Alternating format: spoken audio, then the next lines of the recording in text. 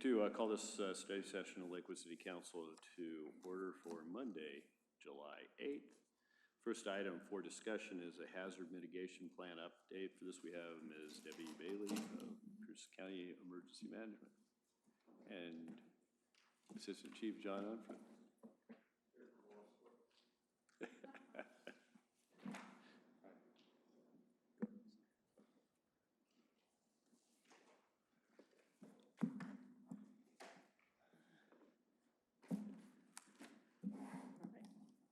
Okay, thank you so much for having me come out here and present the City of Lakewood's mitigation plan.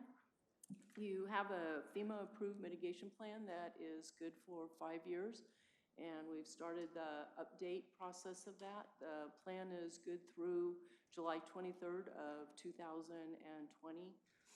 So we're going through this year with the update of it, with the hopes that I'll be able to submit the plan to the state by the first of the year. The state will have 30 days to review it, and if we meet all the requirements, then it moves on to FEMA. FEMA will have 45 days to review it, and then it will come back, and we'll be back before you next year at this time to be able to formally adopt it. Right now, this is just presenting the plan so that you're aware of the fact that we are going through and updating the plan for that. So there's now 80 partners in Pierce County that are participating in this. We've done a little bit different of the update. Typically in the past, we've just met with the different disciplines, the cities and towns, or the fire districts, our school districts, special purpose districts. This year, we've decided to do it, break the county down into regional groups where partnerships and relationships can be developed where they share the same commonality and hazards with that. And so it's giving kind of a nice opportunity to really build those relationships and develop the resiliency within the communities before a disaster happens. So some of the updates I'm going to be doing is looking and updating the flood maps.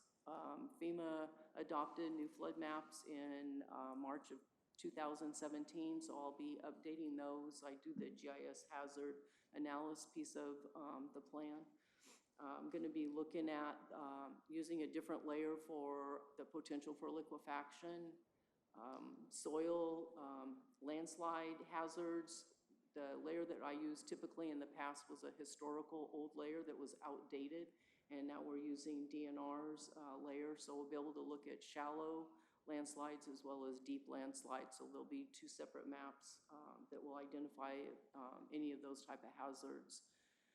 And I'm going to try to add a little bit of climate change and looking kind of at climate change as a domino effect to already existing hazards. So how can the change in our weather patterns affect flooding or drought? Looking at it through that type of lens. Trying to think of, those are pretty much some of the big changes that we're going to go through with the update of the mitigation plan. Is there any questions or? Mr. Volpe. Thank you, Mr. Mayor. So when I look on page 6, where you break it down by regions, and I think that's a really neat way to do it, and we work with some of these same groups. Help me with how you handle the utilities that cover like practically every region. So TPU and PSE, I guess, would be the two that come to mind. Yeah. Huge players, you want to get that stuff back online. Where do they fit into the regional setup? They can be a planning partner in coming into the regional meetings if they would like. They don't have a mitigation plan because they don't fit into FEMA's criteria for that. Oh, okay. And that's why they don't have a mitigation plan, but they would be totally welcome to be a part of that, of developing mitigation strategies. And looking at projects that way. Okay, so that's interesting. They're not part of any mitigation plans. So do they file their own plans with somebody to say, okay, in the event of a major catastrophe, this is what we're gonna do? Or do we just assume that because they're utilities, they'll do it? They would have their own plan, and I apologize for not explaining it a little bit better. Some of the main reasons for having this all hazards mitigation plan is it opens up the opportunities for grant funding. So there's two major grant funding potentials. There's a PDM grant, which is a pre-disaster mitigation grant. It's an annual grant that usually comes out in August or September. It's a grant that you're competing on a federal level for, so you would put in for, submit a project to the state. The state's gonna kind of look at all the different project potential that they feel will make it up to FEMA, and then those projects then move up the chain that way. And actually, the update of these 80 mitigation plans was a PDM grant that I had submitted back in 2017, which is funding the update of these 80 mitigation plans. The other mitigation grant is called a HMGP grant. It's a hazard mitigation post a presidentially declared disaster. And it doesn't necessarily need to have been a disaster that was declared within Pierce County. And then you'd be able to submit a project. And if your project is you'd submit it to the state. And if your project is selected, FEMA will fund 75% of that project, and then the state will usually split with the jurisdiction that 25%. So it's a pretty fantastic way to get a project funded and for it to only cost a jurisdiction 12.5%. The other one in the public assistance, that category, there's different categories in that. Categories A and B, anybody be able to qualify even if they didn't have a mitigation plan. It's more leaning forward for if a disaster is coming up and debris removal, those type of things. But if you were having structural damage, some type of loss that way, you would need to have an approved mitigation plan to be able to go for categories C through G. So there's different funding sources that are attached to being able to have this mitigation plan. Okay, okay. I just add so the mitigation is trying to do projects that before, an event happens, so strengthening structures for an earthquake or that sort of thing. So the grants for that are, before the disaster strikes. But it's also after, so as she was saying, the public assistance and those different categories, we have to have these plans approved and in place in order to be eligible for that reimbursement funding or that disaster funding if we get a presidential disaster declared. So, well, it may not be appropriate to address this in the context of mitigation plan, but in some planning aspect, how do we bring the private utilities to the table with their COOP plan? So, it's pretty easy for City of Tacoma with their own utilities to plan where their resources are allocated in the event of a major disaster and the need for recovery. We should desire to have input with respect to what, for example, PSE does with respect to bringing up a communication center or fire station, or do they have a contractual obligation to go somewhere else first? We would need to know and plan around that. How do we bring them to the table to include in this process? Or are they required to by virtue of their regulated utility status? Well, so the purpose of this plan is FEMA is wanting the communities to be able to look at reducing their hazards over a long term. And so that's kind of what the purpose of this plan is there's been projects that you've identified in here under Section 5 of projects to be able to do that would reduce the hazards over a long-term basis based on a natural hazards. FEMA's not really looking at man-made or technological hazards really at this point. They're only looking at natural hazards. So that's kind of the purpose of this mitigation plan. And like he was saying, they're wanting to reduce and create that resiliency in the community. So if there's building structures that you've looked at that would benefit from structural retrofits? If you're in a flood-prone area, is there areas that would benefit from elevating a building that's going to reduce that hazard? So I was just in Christchurch, New Zealand, a couple of months ago, and they had a terrible time recovering from their massive earthquake because of the underground infrastructure. And that wasn't what man-made, but it was essential to habitation, where they didn't have water lines, they didn't have gas lines, were a big thing. They didn't have sewer lines, and until they got that infrastructure rebuilt. And so here we don't own the sewers, we don't own the water lines, we don't own the gas lines, we don't own the electrical lines. How do we plan as a city for recovery or mitigate the result or mitigate the impacts to begin with when we don't have these other people at the table? Well, that's one of the benefits and what I was hoping to achieve with being able to go through this update and breaking it down regionally, was so that those people could be at the table. It might not occur through the development or the update of the mitigation plan, but I'm hoping that those relationships will continue after this plan is updated, so that it's something we can meet annually. So like Lakewood, Light and Power is part of this group. Lakewood Water is a part of the group that meets. And so I'm hoping that, like different jurisdictions may have unrealistic expectations of what a utility may or not be able to supply in a disaster. And so that some of that pre-planning can start to happen ahead of time. And that's kind of what I'm hoping is going to end up happening with having these regional planning meetings.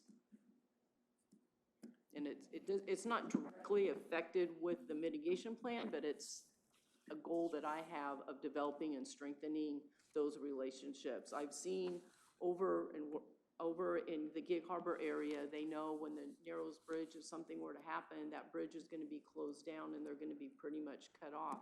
And so over the years, they've developed very strong relationships with the fire departments and the city and the school district and the utility. And when things start going sideways, they just stand up their EOC over there and they're coordinating and working things together. And it's been a wonderful relationship to see how well that's worked. And that was kind of my goal in hoping with breaking these mitigation groups regionally down, that something similar would be able to be the outcome like that. The short answer is I don't think we have a big hammer over them. We work with them cooperatively in our windstorms and snowstorms and that sort of thing. They recognize critical infrastructure and trying to get that back up first. They always prioritize that.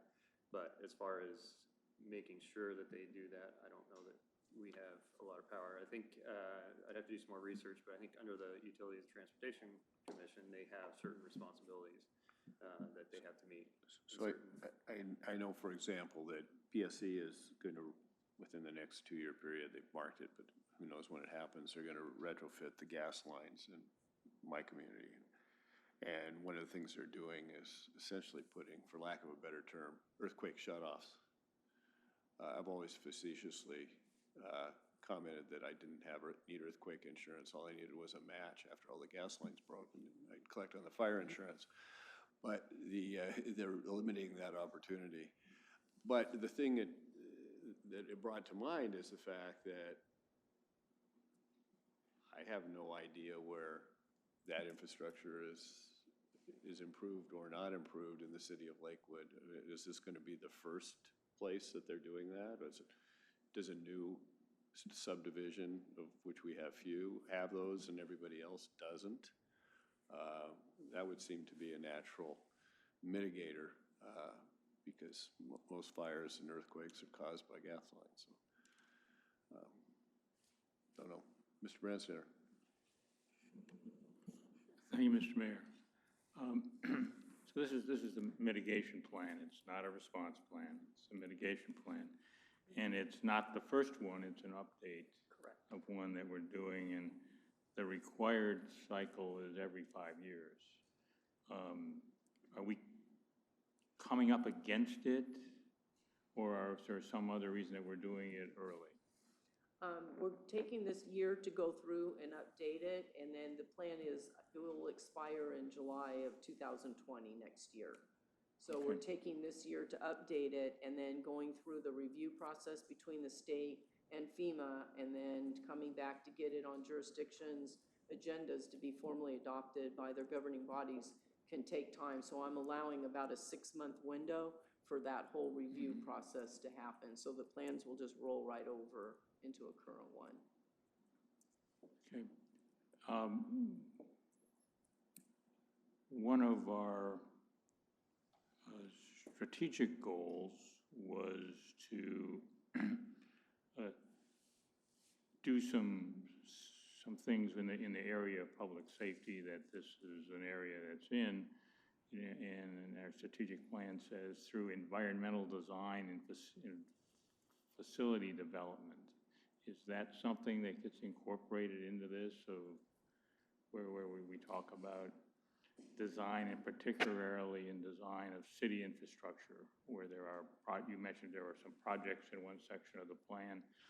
Are those projects that relate to city infrastructure, or are they just general recommendations to the community? FEMA's goal is to have this plan potentially integrated in city development. There's one section in here that's the risk assessment section that does identify the hazards, so that if you know where those hazards are existing within the city, hopefully the building is not going to occur in high-risk, vulnerable areas, that'll be reduced. Does the current plan have some specific projects that have been in the plan for 5 years or more? Correct, and that would be Could you give us some examples? I might have to let you read. I don't have my glasses with me. So Section 5 identifies mitigation strategies that have been.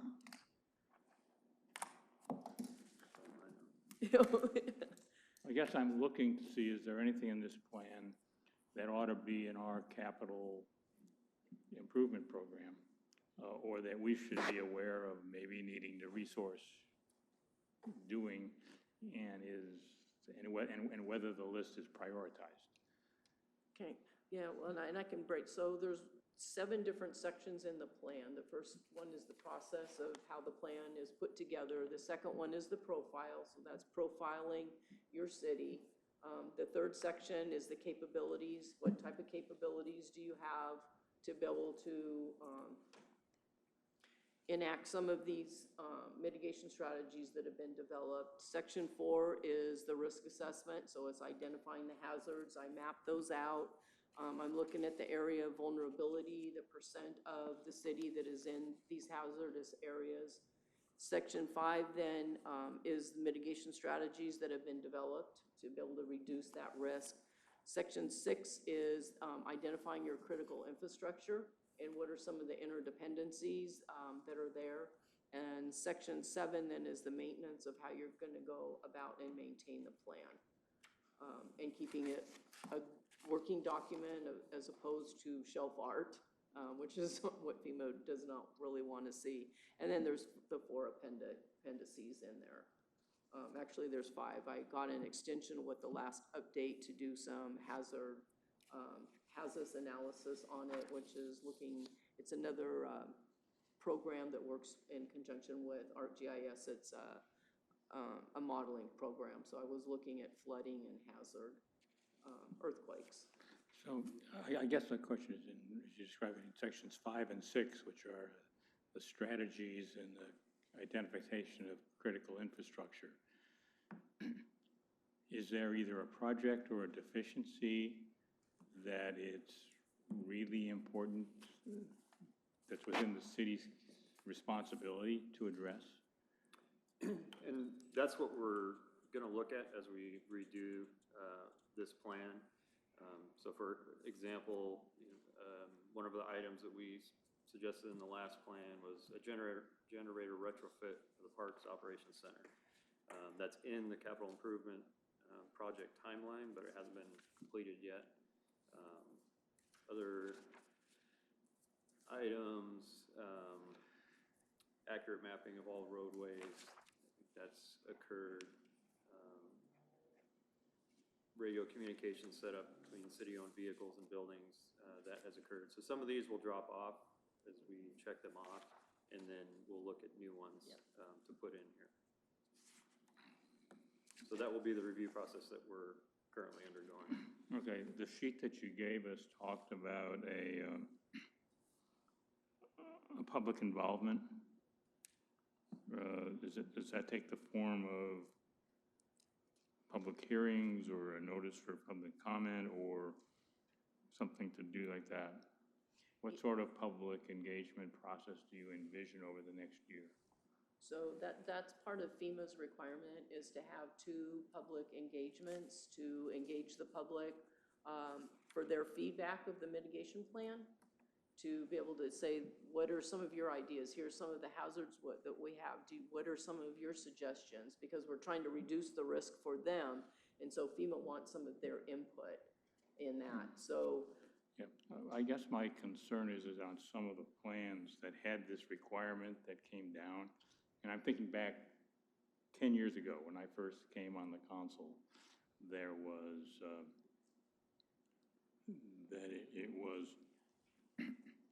there's not a lot of open solicitation. It was ask the Public Safety Advisory Committee what they think, and that counted as 1, and so there's 5 people that got asked the question, or go to a neighborhood association, a couple of them, and ask them. And that is, we have learned through our visioning process, through developing of our downtown plan, and that a public engagement process about what it is, that in this case would also serve as education as to dangers and things. That's broader than just check a couple of boxes to say we asked, two small groups of people to do that. So, I'd like to look to do that. The other thing in your comments, and you mentioned that you were drafting the plan in response to the new FEMA floodplain map. And that you're doing it in a window of where the city is appealing the floodplain map design. So, I think that the city is hoping to get an answer and thus an amended map sometime in the same window that you're looking to finalize this update. And so I guess I'd want you to be sure that we're communicating with each other about how that is going and what it looks like before we mitigate against a hazard that ultimately the scientists decide doesn't exist. Because ultimately, for this body, the use of your plan is to take a look at, is there some resourcing that needs to be done? And so the product you have is going to be valuable to us. That's all I have, Mr. Any Mayor. other questions? Well, thanks for the update. Look forward to the plan. Thank you. Now move to a joint meeting with the Lodging Tax Advisory Committee and invite the crew up. So we won't mitigate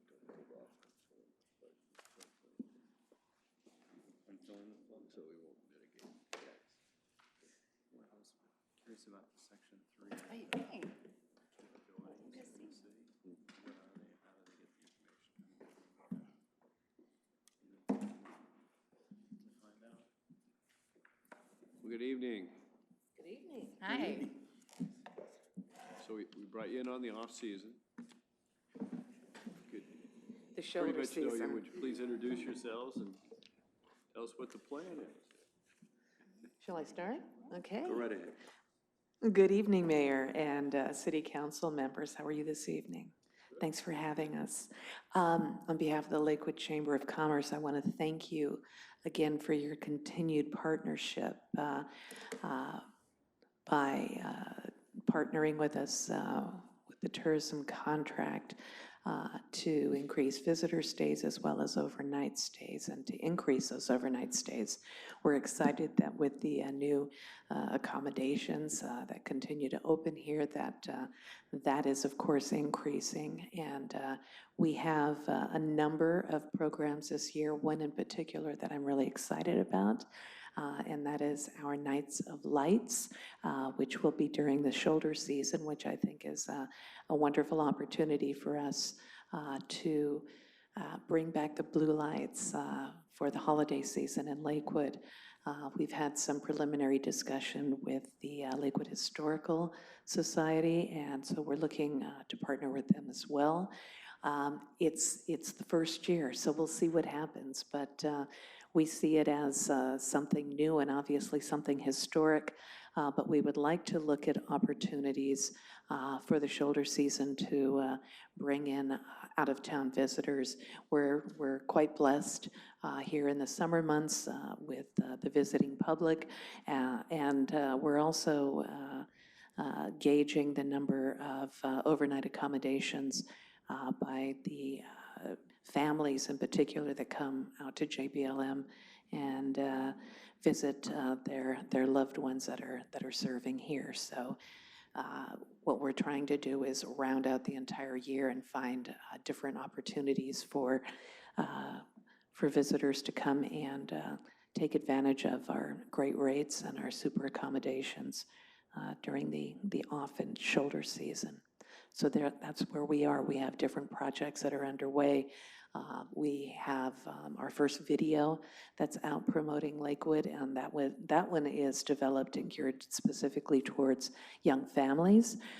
Our next video that will be coming out in about 2 weeks is dedicated specifically to couples, and so we're looking at specific niche markets and getting everyone's attention in that manner. Currently, we are just doing social media with those videos, but we're looking at any excess funds that we might have at the end of the year to also do some television. We do collaterals, of course, and you've seen our publications. Gosh, right now, I think that's all I have to say, unless there's any questions. Are we good? Good for now. Okay, good for now. Hi, I'm Shalene Potvin-Bird with Travel Tacoma and Pierce County and the Greater Tacoma Convention Center. I too am a recipient of the fund, as well as sitting on the committee. I just wanted to share that this year we really did focus as a group to really downsize the number of recipients of the funds and really making sure that there's a return on investment, really leading to room night generation, since that's where the taxes are being collected. So on that end, what we've really focused on the Travel Tacoma side is making sure that we work with the other recipients and making sure that we're promoting those events and giving it as much exposure as possible, not only to the leisure, but to the meetings market as well. And then working with your hoteliers. We've sat on a number, kind of helped with council and economic development to really look at what properties are being brought into the area. And I've sat on some meetings there to help kind of look at occupancy levels and recommendations of branding and those type of things. So our organization assists there also. And then, let's see, I'm sure you've heard that the Tacoma Sports Commission is merging with Travel Tacoma and Pierce County, so that'll be happening in 2020. And the great thing about that is it's really saving on administrative and operational costs and really allowing for an additional effectiveness for our marketing efforts and reaching broader audiences. So we've collectively increased our opportunity to share Lakewood to the different events that are happening both on the sports and the meetings and leisure side. That's probably the biggest news I have to share. Is there any questions on my end? Mr. Whalen. Question in terms of the brand awareness work that you guys are doing, the videos you talked about on the chamber side. I don't know if you're aware of the Build Your Better Here campaign that our communications folks are doing. Yes. So we're putting like 170 grand into that campaign. And I Ouch. would hope that that the there's a work- tie-in. There's Yes. work is symbiotic and, you know, it's maximized in terms of utilization through the chamber, through Travel Tacoma, as well as the city's channels. So you know, my hope would be to maximize leverage by collaborative, not overlapping. Well, the Overlap chamber is okay, appreciates, but- yeah, and the chamber appreciates being invited in that process and sitting in on the meetings so that, you know, we're working closely together, Okay, so you're but not involved. taking over, yeah, not taking over, Good. but possibly having some joint type of promotions. So Yeah, I I think think that it's- that's quite, I think it's that's, healthy. yeah, that's a really good investment, and I really love the collaboration that it took us to get to that point. So, yeah, it's good. It's good. I think it's catchy. Yeah, So- and what so- I Go I ahead. was going to say, I think it's great too, because we kind of reach all different audiences. And so by going to the different channels and working through all of the organizations, you're definitely reaching a broader audience. So other than heads and beds, increased sales tax revenue, increased permitting fees potentially, how do you think we best track ROI on these kinds of endeavors? No, I think that the money is the bottom line, isn't it? I mean, that's how we gauge everything. You know, the number of room nights that are picked up is clearly our indicator. Yeah. Based on our last, 12 to 18 months of history, what do you think have been the best events to attract visitors? And what do you foresee as the best events to attract future visitors? Gosh, I can start with our Nights of Lights. Okay. As far as local events are concerned, I think that Summerfest continues to grow, and I think that we can continue to see more overnight accommodations, especially based on, all of the different activities that are drawing in different types of people. I love the fact that with the Sports Commission and the I keep calling it the Bureau, Travel Tacoma, merging, that there's going to be a lot more focus. And I know that Dean is quite aware of the fact that we love our amateur athletic sporting events here. And I know that he's working fast and furious to get business our way. And so I think that particular niche market is what we want to go after. And then, of course, with the Colonial Pavilion, I mean, it's wide open. And I think that it's just going to be a collaboration among many different organizations to come up with clever and cool things, and tying in with the local lodging so that we can have packages that we can promote. And I would also say it's really a focus of the organization to take a look at the assets that are in all of the communities and how can we package those together. And so I think like your farmers market, Summerfest, and those type of things are things that we can really leverage with other communities, which are far more attractive to, the leisure audience. So we are really looking for ways to continue to promote not just Lakewood, but what are those assets that you have that we can partner with Sumner, the Americana and Puyallup and those type of things, so we can get stronger assets together. Good. Well, just anecdotally, I see things seem to be happening over in your neck of the woods, Linda, at the Best Western. It seems full a lot. Yes. I don't know if that's contractors working on the project. Some of that is the Some of it is the contractors, contractors, but It's great to see, though. they do have a good, healthy mix of business, and which is wonderful. They don't rely on any specific market, but they do have a good, solid base of not just contractors, but also the military. I also see very early in the morning our pilots and our, what do we call them now? Flight attendants, yes, leaving from the Best Western. And we do have a new director over at Lakewold Gardens, you're aware of that. And she is quite aware that rebuilding the wedding business is critical. And they had to cut back on those activities over the past year and a half now, but she recognizes that as a critical part, yes, of overnight group business. And we do have a small portion of business coming our way as far as group tour business, bus tours, and we'd like to see an increase in that as well. Once again, we can focus on the shoulder season, which is a terrific way for us to have well-rounded year-round, tourism activities. And then just one of the resources we have available is the STR report, the STAR report.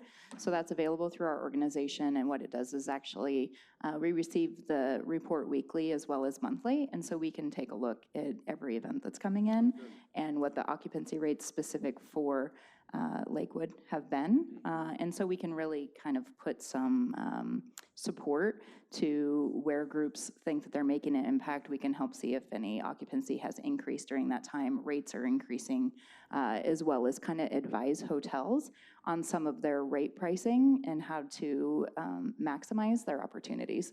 So we've been working with those hotels and have that as an option too. Cyclocross, yes. Oh, no, I thought it was November. I'm still green here. Oh, thank you. Couple. I forgot what I was going to say. No, okay, go ahead. My name is Phil Raschke, and I'm with the Lakewood Playhouse and also the Lakewood Historical Society.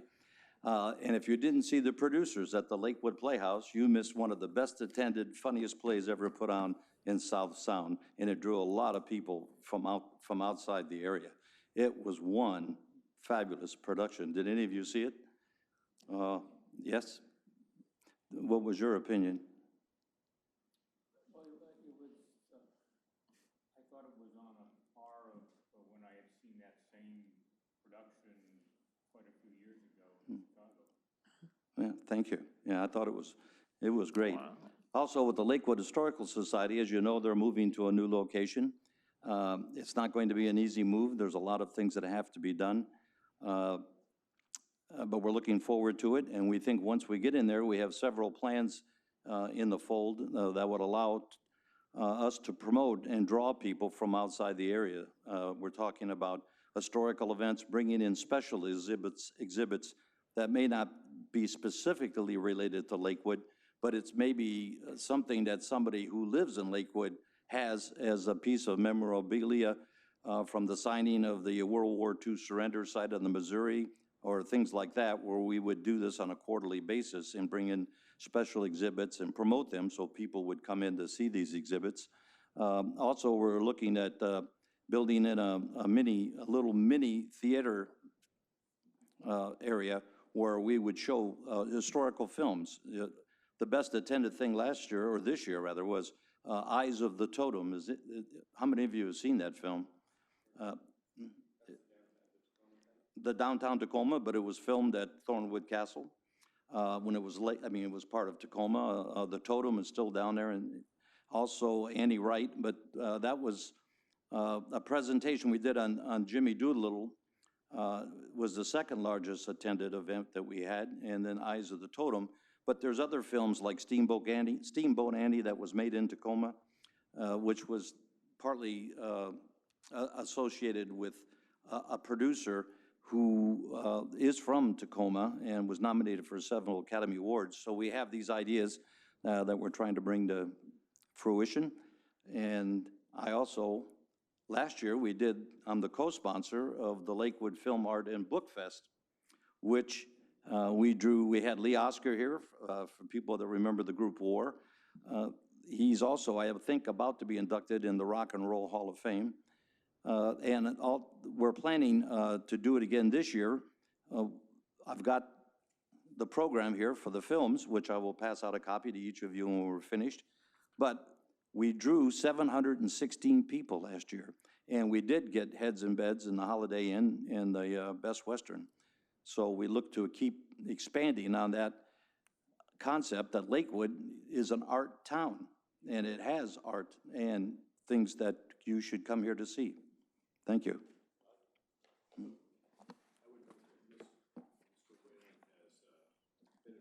In advocating a water feature for the Colonial Plaza, and I sent him a picture when he liked the pineapple in Charleston, but Yes. We can't, if you have any input, just say that that's the upper limit. If, he'd do better with Poe's Tavern. Yeah. We'll go for that. My wife is from Charleston, and there's some connections here, so it's a great city if you haven't visited there, and I'm headed there as soon as this meeting is over. Oh, really? Yes. Mm. The what? The coal dust? Oh, I haven't experienced that, but they're full of great museums and historical South sites. Carolina, Yeah. You're thinking West Virginia. Mhm. Oh, West Virginia, we're talking about South Carolina. He's Yes, talking about South Carolina. yes, Well, yes. have a But- burger at Poe's for us. yes, yes. But Charleston, South Carolina, if it wasn't for the defense of Fort Moultrie in 1776 in June, remember the declaration was in July, no one had ever defeated the British. And they came to take Charleston, and Fort Moultrie defeated the British, which emboldened the people way up in Philadelphia to sign the declaration. It's all due to the accident of, it's the accident of palmetto logs. Yes. Can I say a word? There's an historian here, yes. People signed on for, you do know that, don't you? Yes, yes. They signed later, several times, actually. Actually, Yeah. when the last signing was August 2nd. Mhm. So connect that back to Fort Moultrie for me, please. Well, the battle was in, no, it was in June. Yes. And they were able to get a hydrofoil See, up we to, got to think. Mr. Wolke. Thank you, Mr. Mayor. So a couple of questions. The McGavick Center, and we have a long-term relationship with the center, and every year we give money to it, and happy to do it. And it's a wonderful venue. I've been to tons of events there, but they're almost all local events. So is the McGavick Center ever used by groups who use it as a smaller version of the convention center, or does the Tacoma Convention Center just take everything? So basically what happens is when a lead comes into the convention center, we'll bid on it. If space is not available, or if they choose that they'd prefer to look elsewhere, we always offer the option of our regional sales team, which represents the McGavick Center as well as all of the other venues throughout Pierce County as an option. So what we do is in our system, we can actually, we're kind of like a matchmaking service in the sense that we really identify exactly what the client's needs are. And then if McGavick Center or another venue is the right fit, then what we do is send a lead over to that property or that venue and allow them to bid on it. So they'll check space, availability, give pricing. So we do send quite a few leads to McGavick Center. We've placed business there many times, but there are times when it's either not the right fit, or they choose that they don't have the date available or something like that. So really, our organization is meant to just make awareness and availability to all venues, and then those venues are up to their own accord to bid and earn on their own. So we present the options. Okay. So there's already interest in and we've talked about Motor Ave and trying to find events for Motor Avenue. We do have a little bit of stuff for the pavilion, which is brand new. Also, we've got our music venue there. But is there anything in the way of a signature event that anybody is mulling around? So TPA and LTAC, Pierce County LTAC, have developed, when they brought in the JLL consulting firm to take a look at how the funds should be spent and get more collaboration among the two funds. They identified that event creation, event development, and event promotion were a couple of the main ways to use the funds, in addition to the meetings market, your leisure market, sports, and then of course, development. So actual like infrastructure and those type of things. So our organization, as well as other organizations, are really taking a look. I know that Travel Tacoma and the Sports Commission this year put through an application requesting sort of an assessment be done there's over 100 events that are happening in Pierce County, and really taking a look at those events to identify where there's opportunity for growth to start establishing signature events. And obviously signature events, you are looking for multi-day events with accommodations. What really, of the audience that likes to travel to Pierce County, where are the best opportunities? And so we have put through with TPA and LTAC a request, a sort of an assessment to be done, collective of the 100 events that we're currently kind of promoting. And then our organization would step in, obviously, to help recruit and find. I know Metro Parks is looking at ways to grow some of their events, and we're continuing to work with communities on the events that exist. I know even the LTAC here in Lakewood, with events that were coming in, we're talking about ways that we can continue to get additional exposure and maybe grow those to see if there's any opportunity.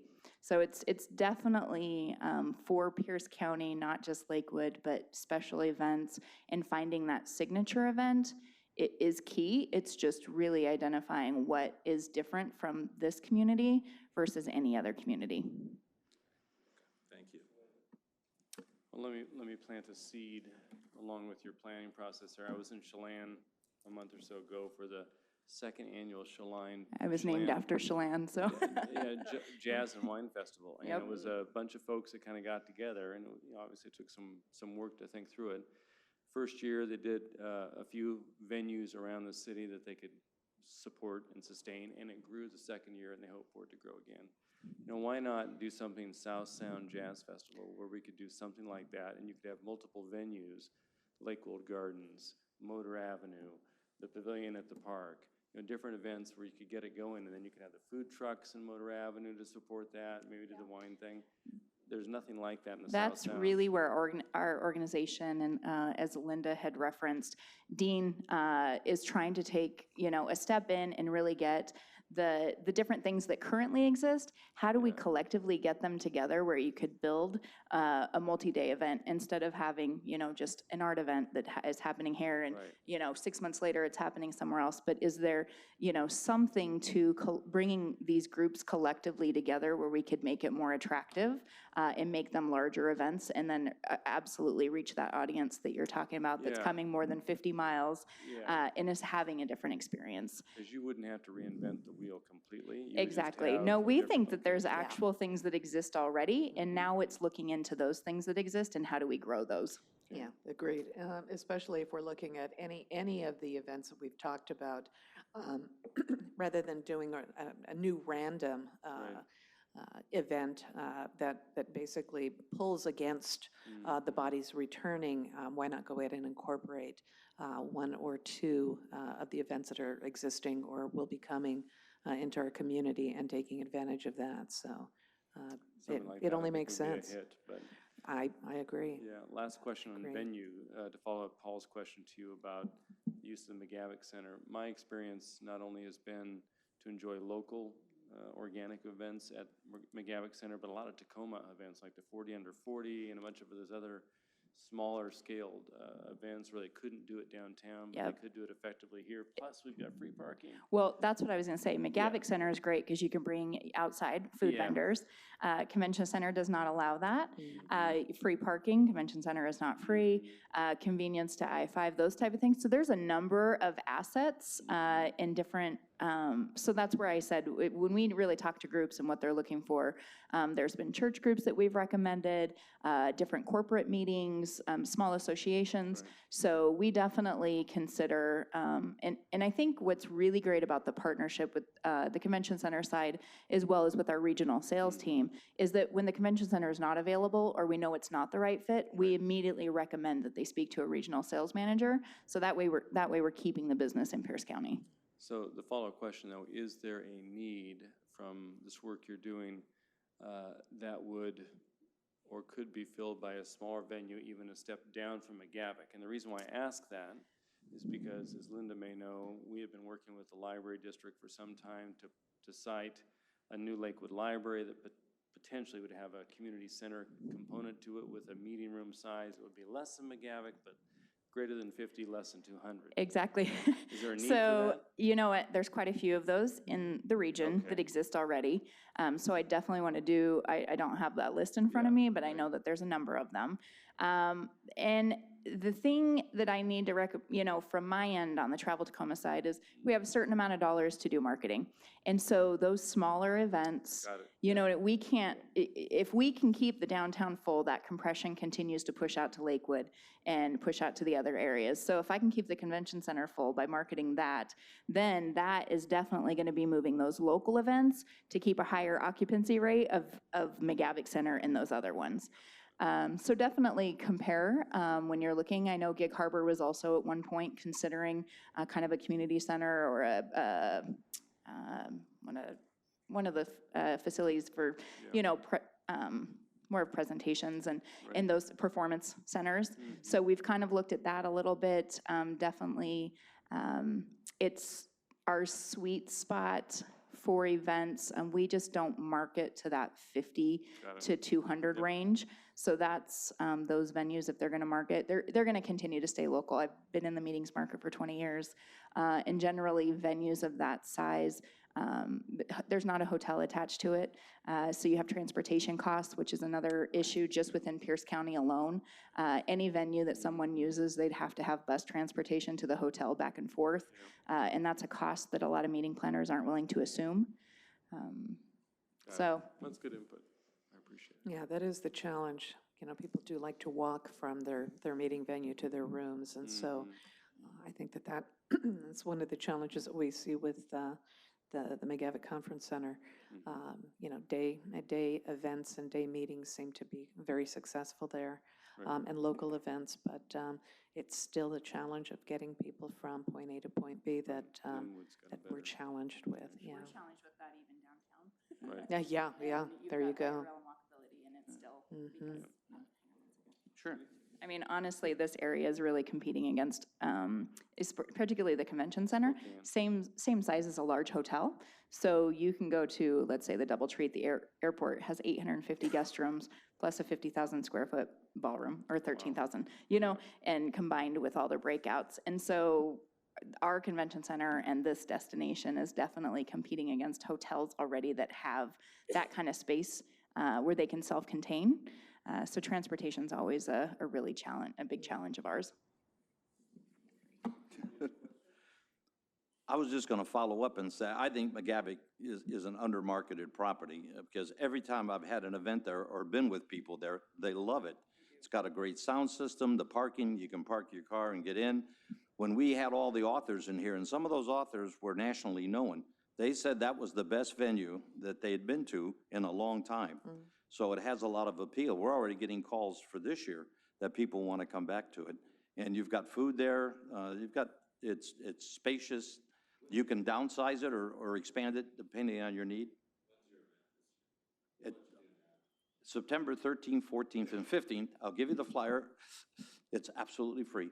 And we're showing Casablanca, the 4G digitally restored in black and white. Nice. And I watched it the other night, and I got a tear in my eye. So you'll see some great acting.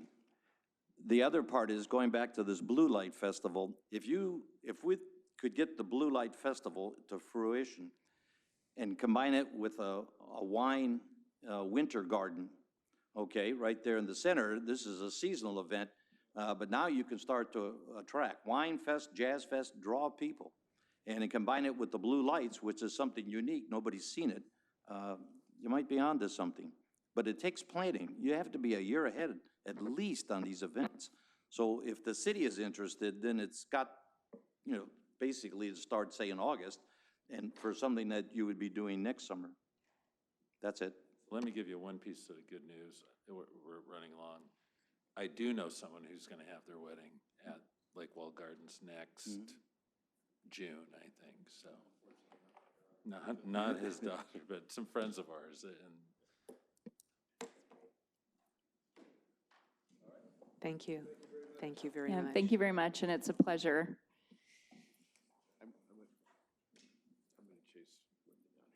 Linda? Linda? Linda? Just, I want to catch you here a second. Should I take over the next one? Yeah, Or you want to just take a break? so, no, we'll now move to a 6-year, 2019-24 information technology strategic plan update. And for this, we have Mr. White and Ms. Kraus. Mr. Whalen. All right. I'll be right back. I'll knock it out of the park.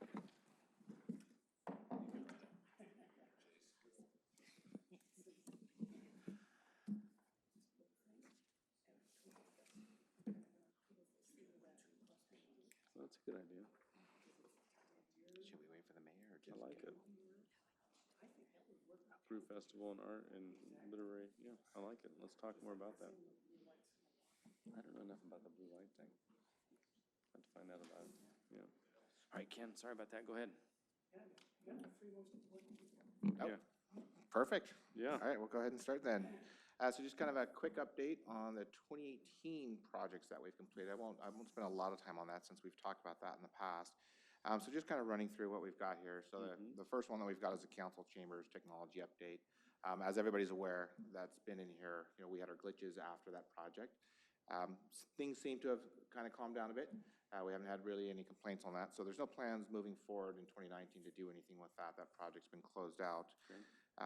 The wireless access points in 2018 was one that we really focused on giving the ability for police officers to have the ability to upload their in-car videos. As we continue to expand the in-car video, there's a need to have locations throughout the city for those officers to upload those rather than in the past, they'd have to go to the police station, park in the parking lot and do these mass video uploads. What we've done since then is we've actually put Wi-Fi access points in locations like we've got it at City Hall, it's on the outside. We've got it at the Fort Silicon Park and numerous locations at the parks. They could either be at the ball fields, they could be at the pavilion.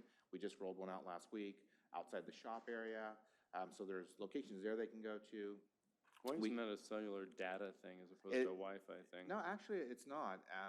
So the police officers, when they're in the car, they use their cellular LTE connection, which would do an upload. What we've done is we've pre-configured the cars with new technology that will look at Wi-Fi access points, which are city-owned.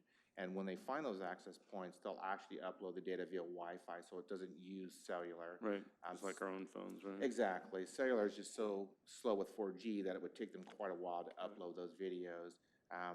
We've also placed it over at the Sound Transit, or the train station. Okay. So they, as officers are there, they can go through and upload their videos while they're parked. There's been a request to add it over here at the town center at the transit station, just because there's a lot of officers that are there as well.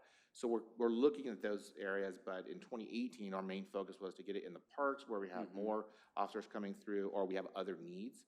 And part of that was not only just for Wi-Fi access for police officers, but it was also for us to get connectivity to the shop out at Fort Silicon, kind of the pavilion area and things like that. We actually shoot a Wi-Fi signal all the way across the park from the baseball field where the fiber terminates.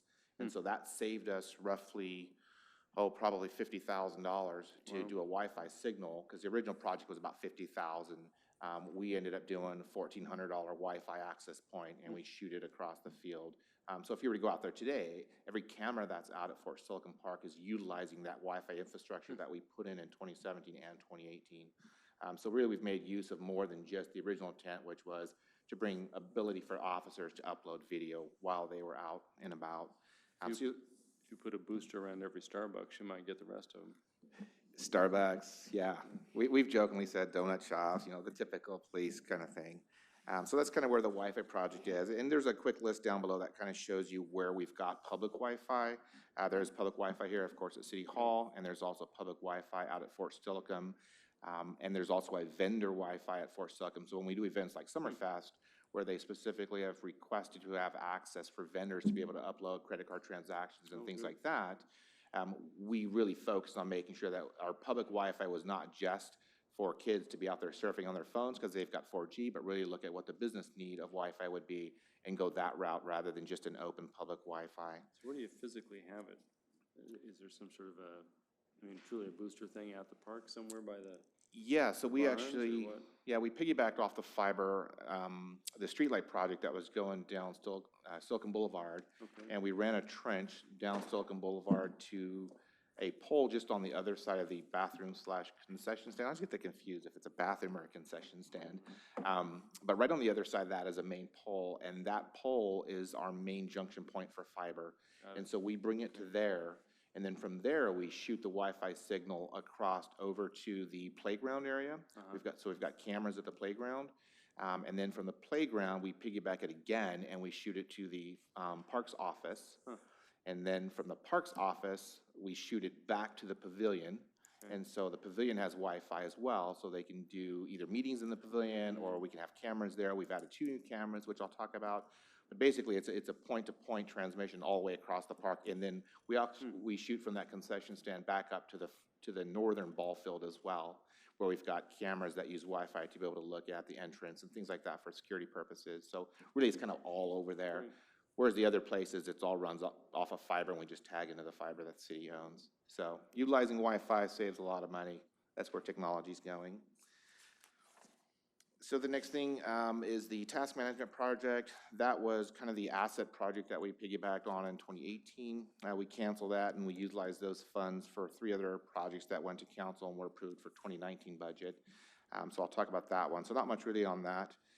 The computer replacement cycle, again, I mentioned in 2017 when we proposed that our intention was to go and look at where the need was rather than just go out and spend a ton of money in replacing everything. So we really focused on tablets the first year for police officers. That's kind of rolled into additional tablets for staff. And then now we're looking at desktops and whatnot for 2019. But in 2018, it was really just a police officer laptop replacement refresh cycle that we looked at. And that's really where most of the money went, because it's very expensive to retrofit an officer's vehicle than it would be for me to just provide a tablet to a staff member. The next one is the in-car video system. Again, that was adding additional cameras throughout the vehicles, replacing of the Panasonic legacy systems that were out there. So we did that. The citywide camera system kind of piggybacks on what I just talked about as far as Wi-Fi goes. So as of today, you can see there's numbers down below. That's changed a little bit because we've added 2 recently. But basically, we've got cameras at Fort Slocum Park, which covers just about everything at the park. And as of today, we can actually see up to the Pierce College building, and we can see the woods area that's up and around there. We can see all the way down to the Western State entrance, and then all the way north as far as the intersection to get into the park. So there's cameras all over Fort Slocum. We also have cameras all over City Hall. The police department is pretty much a fortress over there. I'm not sure where you'll go where you won't be on a camera. There's one little parking lot that you could probably step into. I wouldn't see it, but we're going to fix that. So there's lots of cameras that we've got out there, and a lot of the cameras that we've put is mainly just for security purposes. There are several that are going to be opened up and be added to the webpage. I'm hoping to get to that shortly, which will allow public viewing of spaces. Yeah, you're right, public viewing on that, but I was gonna ask you where on here we would find it. Yeah, it's not out there yet, and so what we're looking at is opening up the camera to the skate park to allow kids to see how busy the skate park is. Do I want to go there? Is it overloaded? Probably maybe I want to go over. Sort of camera. Exactly, yeah, and we're looking at adding a couple cameras that are public viewing of the park, so if you want to bring your child to the playground, you can see how busy it is. If there's Summerfest going on, a public member could just go out and look at that and say, oh, it's not too busy right now, we can go, we can park, that sort of thing. Eventually, we'll look at the boat launch as well, is one that we're looking at there. Would it get to the point someday where people, elderly folks who may not want to travel to the park for a concert, they could watch the concert on a channel or not? Our intention would be yes, to be able to do that. I think that's a discussion down the road. But with the cameras that we have, there is opportunities for us to actually do kind of a pay-per-view model where you could either stream it for free and people could watch it, or if they wanted to watch something, let's say at the pavilion, a show that was going on, we could stream it using the council broadcast system that we have in this room. We could actually stream it out to Facebook, or we could do it via a public viewing. So there's all kinds of different ways. I know as the school district, we used to do that for football games and things like that for parents that were either deployed or had children that were injured and not able to attend. So definitely, whenever we put anything out in the public, the intention of IT is to make that available to the public in most cases. There are some, of course, that are for security purposes that would not be available, but generally speaking, yeah, we could do those. Yeah, thanks, Mayor. All of the cameras, and we usually discuss this in terms of the police and car cameras, but what's the records, what's the retention rate of the material that is captured by the camera? I mean, is it here 1 second and gone the next, or is it kept for 30 days? And is it subject to Public Records Act requests? So anytime you have a camera that is out there, that is subject to public records, regardless of the camera. There are some that we would actually be reluctant to give, and we would go and advice with legal, and those would be things like the drug room at the police station, evidence rooms, things like that. But generally speaking, they are subject to public records. Currently, we're storing about 30 days worth of video. Video gets really, really expensive when you're really looking at long-term storage. We back up our server every night, and those images are kept for longer than 30 days, but we try to keep 30 days of video online that allows either a police officer that's using the system, or if it's a public records request, or there was something that happened in the park, we could go back. We try to work with the different departments so that if there is an incident, we can pull the video off those systems and then store that. I would refer to legal as far as how long some of those, it's my understanding that some of those would be case closed plus so many years, and I would probably refer to Heidi on that one, but generally speaking, we're doing 30 days. The in-car video cameras are kept in average a year, and those again would be subject to different rules based off of if there's litigation or something that's going on, but I don't want to overstep that area, but generally it's 30 days for the city cameras and about a year right now for police. So it just depends on which cameras we're looking at. So if we, for example, anecdotally, can you tell us some of the uses that the city or through a request the public has made of images obtained at Fort Silicon Park? So at Fort Silicon Park, the one that comes to mind was in 2018, we had about 21 military police vehicles that were broke into. They were out there actually doing physical training that day. There were 3 gentlemen that, I think it was 2 or 3 gentlemen that had broke into those vehicles, and we actually used our cameras to capture the gentleman that was on the kind of the right side of the parking lot closest to the playground. We were able to get the vehicle description, a description of one of the perpetrators in that. We provided that to police, and it just so happened that something else had happened down the road, and I believe he was apprehended at that point. And so our video and images that we had kind of matched up with the other one. I don't know the whole case details, it's just what I was told, but we actually utilized the Fort Silicon Park cameras to assist in that one. Luckily, we haven't really had any other requests. We did catch a young boy urinating on the roof of the bathroom last week. That was an interest on the roof, because if the bathroom's closed, you don't want to use the bushes, you want to go on top of the roof. Climbed on the roof. So that was an interesting one. Maybe that was the water feature we were looking for. There you go. It saves money. So yeah, we haven't had a lot at Fort Silicon outside of the break-in, and yeah, in a sense. Funny. Good one. So I guess that on the chart here that talks about where we have such cameras that provide a primary function that deals with security and doing all that, the sounder station isn't on this list. Yeah, we're very cautious about putting cameras at the sounder station. Number one, there's a lot of things that occur at the sounder station, and we do not want to be in the business of public records requests for the sounder station, number one. Number two, that's a fortress over there. They've got a ton of cameras that are at that station that is managed by their agency, and so whenever there is a request, those actually go direct to the agency. So we've added Wi-Fi, but we have stayed away from putting cameras specifically because of public records. So it's not that it's a dead spot, it's just not our cameras. It's not our cameras. And there's lots of cameras over there if you've ever driven through there. And we would prefer Sound Transit to actually do those public records requests than me or my team sitting down doing that, or a police officer. So, Okay, and then if I could just back up to one thing about the in-car video systems. We're switching over from a Panasonic system to.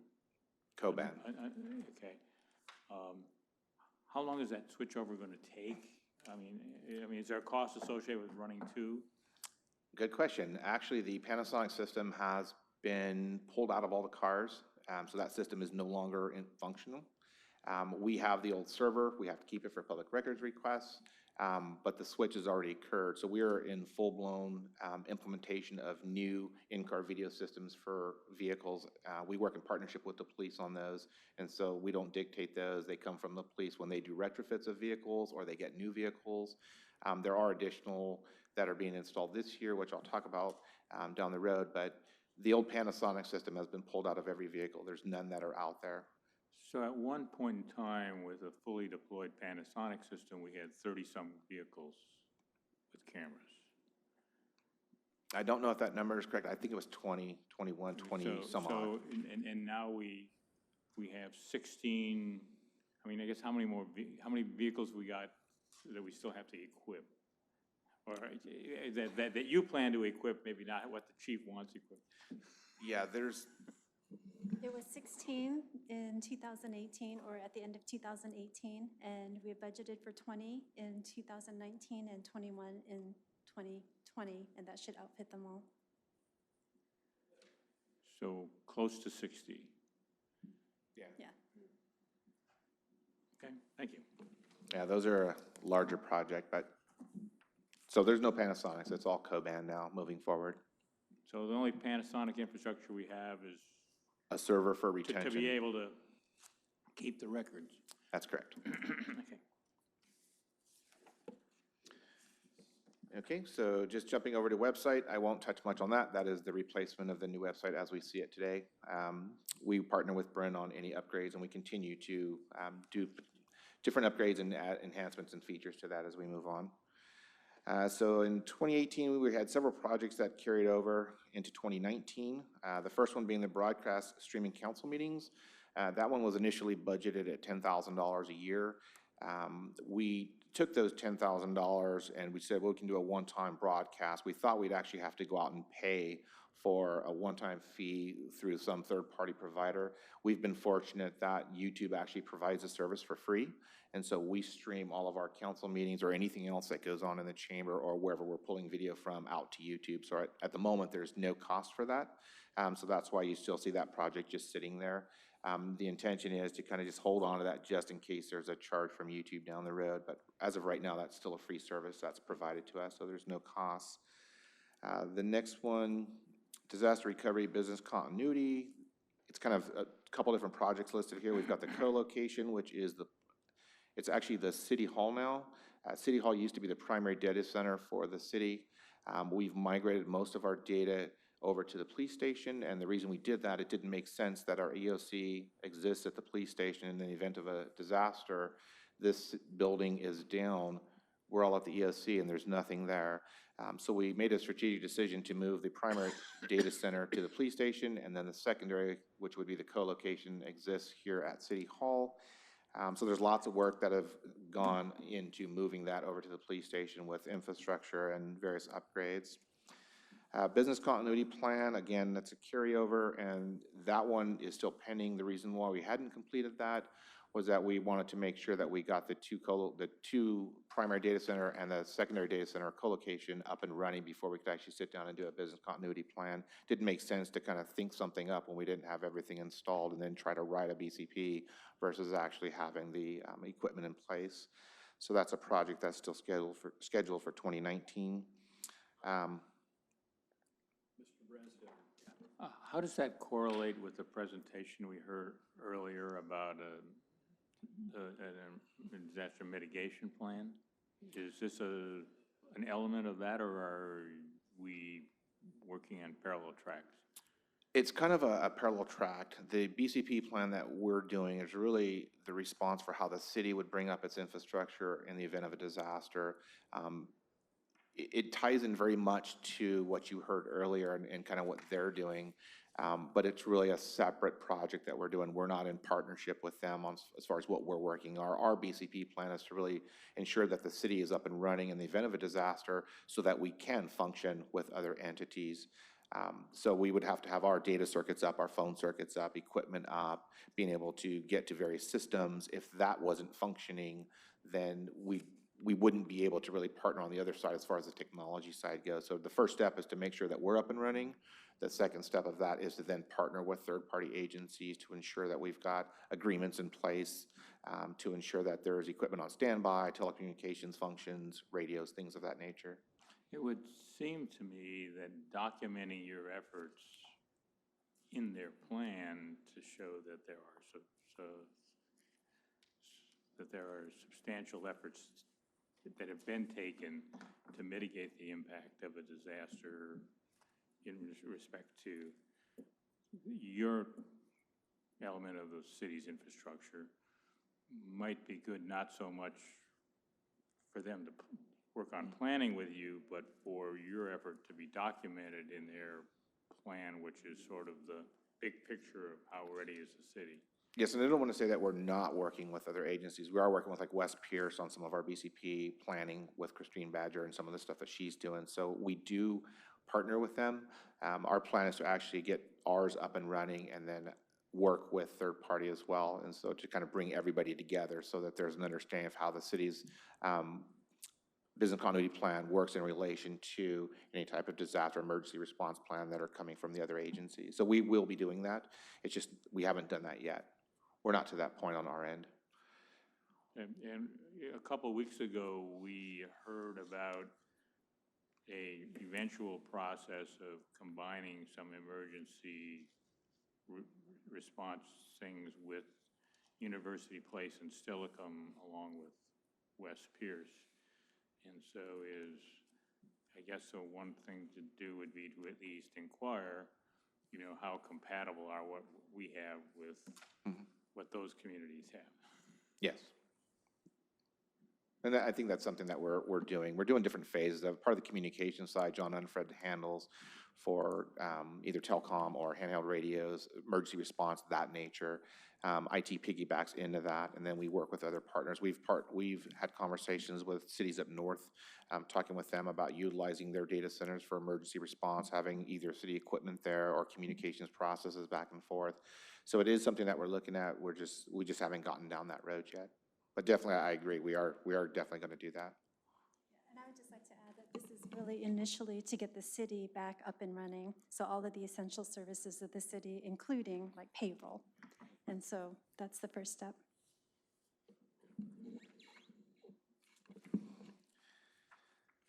So the next one for 2019, again, website enhancements, not much there. We continue to work with Brent on those and bring different features.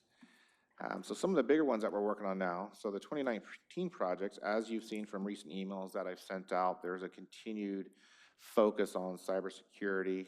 It's an everyday thing that all of us kind of live, eat, and breathe. So we've started looking at kind of what we've got in the city, what systems we're running, what's going on out there in the industry, and how can we ensure that our city is aware of cybersecurity. So in 2019, late 2018, we partnered with a company called KnowBe4, and what they provided us was a cyber awareness set of tools that allow us to do ongoing campaigns with city staff. So you've seen some of them where we sent out a campaign and people had to go take a quick test or watch videos and then take a test afterwards. And the reason why we did that was many people are not aware of the different aspects of cybersecurity. So the intent was to kind of educate our staff in such a way that we could also send them random emails or random potential threats to kind of do a baseline as far as where we're at as a city and the knowledge of our staff. And so we are able to gain a lot of knowledge from these different campaigns that we roll out. So the first one was the most recent one that you guys all took. There's other ones that are specific. So there's CJIS requirements for cybersecurity that must be met. And so there are campaigns now that are being set up specific for people that use resources that are within the CJIS realm. So police officers, legal, court, things like that. They'll have dedicated cybersecurity awareness campaigns that will focus on those people. There might be ones that'll go out in different nature to different people, but the whole intent is to really get an understanding from where we're at and also provide training and awareness to our staff. So the organization, KnowBe4, has a whole suite of tools, whether it's online training classes, videos, brochures, posters, campaigns. So we're really utilizing all those features, and you're going to start to see more and more of that. So as those emails kind of randomly float out, you won't know whether it's a true phishing email or a smishing email. Things ends with an ing these days. So smishing, phishing, you've got the malware attacks, the brute force attacks, and then of course our favorite, which is the crypto virus. So we're sending things out. We're actually looking at sending out emails that have crypto in it, that are a fake crypto, just to see if somebody would actually click and try to go through that process. That tells us that we really need to focus. For example, we'll pick TAW. If it's finance and we send out an email to finance, and let's say TAW were to click on that, we know that we need to focus on training and education in that specific area, whereas maybe the Parks and Recreation or legal department, we don't really have more of a concern there. So right now, it's giving us that baseline. So as we move forward, you'll start to see more and more come out from KnowBe4, whether it's informational flyers or actual campaigns. And the intent of that is to protect the city. Again, 70% of the intrusions occur within the city, and we could spend $10 million in the city, and we'll be just like Florida. The two cities I sent out last week, they're up to $12 million, $15 million now, and trying to recoup just to be able to recover from their disaster. So cybersecurity awareness training, it was very inexpensive for us to roll out, but the cost benefit of doing that outweighs not having that solution in place. We do have cyber coverage, right, insurance-wise? We do. Yeah. And that's something, thanks to city manager, was able to get that rolled in there. And how often do we have backup storage? Every day? So our backups are an everyday process. Our SQL backups, which is the servers that hold all the data, and that's really for systems like Eden, the financial system, police, various other things, legal has some. Those are backed up on an hourly basis. So in the event of a disaster, if it's a SQL server, we would recover within an hour. If it was just a database issue. Servers are backed up every day. Our intent is to have our primary and secondary locations up and running, and a third location, which would be over 100 miles away. Right now, we're looking at Hillsboro. They're just outside the fault line. Via West is down there. It's a huge organization that has a data center down there, out in Hillsboro. And so when that happens, we'd like to end up getting to a kind of an SLA agreement where we would have a 15-minute to a 30-minute recovery time. So ultimately, we'd like to be there 15 to 30 minutes. I don't think that you will see other cities around us that are 15 to 30 minutes. I know some of the ones we've talked to, they're still talking a day, 2, 3 days for an outage. I can't say that 3 days isn't something that we would hit, but with our backups nightly and data offsite, our intent is to get to 15 to 30-minute turnaround. So if we can get to that, we're doing pretty good. That's really where you see the corporate sectors that's not an Amazon type subsidiary. We're looking at 15 to 30 for us. And that's really focusing on critical core systems that must be up and running. If we've got other servers that do other minor things, those are not the 15 to 30-minute. Those could be a day or 2 or 3 days down the road. But to get the ERP system up, to get court systems up, legal, police, we'd like to do 15 to 30 minutes. So it's one-day backups plus hourly backups for SQL, and then we do weekly full backups that get dumped to tape. Those go off site. And then now we're rolling in a monthly 6-year retention. So there's going to be tapes, 6 to 12 tapes a month that will go off, and they'll be kept for 6 years per the Washington State retention. So those we have to do. Do you foresee getting out of the server business and doing all cloud-based software as a service applications or not? How much money can I get? Ultimately, that is the question. You start to look at some of the cities out there, look up North Bothell and Bellevue and others, they're starting to pull away from cloud services. And the reason they're doing it is when cloud services first came out, it was a great idea. People were like, oh, you can put everything in the cloud. Then they said, well, you can put everything in the cloud, but we're going to charge you for your storage. Then it went to, hey, we're going to charge you for the storage, but you need backups too. That's another server and another area we have to invest in. So I don't want to say that we won't use cloud, because we are looking at doing cloud service now, and it's really our backups as a service. So instead of SaaS, it'll be BaaS, and that's really taking our backups and rolling them to Vegas. One of the partners that we use here, it's very inexpensive for us to roll some backups to Vegas for critical core systems. But I don't think for the city of Lakewood that investment into pure cloud technology and software as a service is a good investment of dollars. I could build our entire data center that we have, Dave, for, let's say we took everything that we had and we had to rebuild it. I could do it for $300,000 and stick that in a data center in Chicago, and it would be the city of Lakewood's cloud. We would eat that $300,000 in probably 2 years worth of SaaS services if we were to do it now. So it really doesn't make sense for us to look at that. So you said this, some of this backup is in Las Vegas? So we are looking at a partner that we can start putting some of our critical core backups in Las Vegas. And the reason why we would do that is that we would be able to, if we had a disaster here and we had an outage to, let's say, Portland or Hillsborough, we could pull backups from Vegas. It also gives us an entity that is outside the city. So if we had a cyber attack that was a crypto virus per se, and so what happens in some of these other cities is they get a crypto attack, and then that crypto attack attacks their infrastructure for storage and backups. So their tapes get written with crypto because it's all attached, whether through a direct connection to the cloud or somehow. Yeah. What we're looking at is putting our data offsite in the event that if there was a crypto attack, it's not here. And so being in Vegas, there's no connection that's real time between us and a data center in Vegas. And it's roughly $60 for a server, so. It's kind of surprising given their power costs. Yeah. Their weather and their power costs is just not where I thought they'd Yeah, and the good thing for us is that for $60, I don't have to worry about the power costs in Vegas. Yeah. I pay $60 for, so for me to do Eden in Vegas, if I were to do all 3 servers for Eden, $180 to have those servers stored in Vegas offsite versus paying a cloud provider several $1,000s a month for storage and access fees and all the other stuff that they charge. So we're looking at everything. I mean, I'd love to put it at somebody's house if they live 150 miles away, but that wouldn't pass kind of a state audit, although it does work. Let's see. So server hardware upgrades, that one is really getting us into kind of what I just talked about, replacing some of our legacy hardware with refreshed equipment. Again, the computer replacement project for 2019, we have focused primarily on police because there's so many Panasonic laptops that were out there.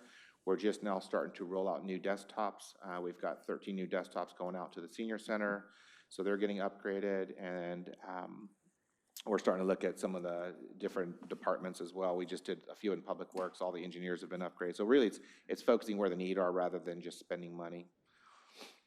The next one is the document management system. So this is kind of an interesting one.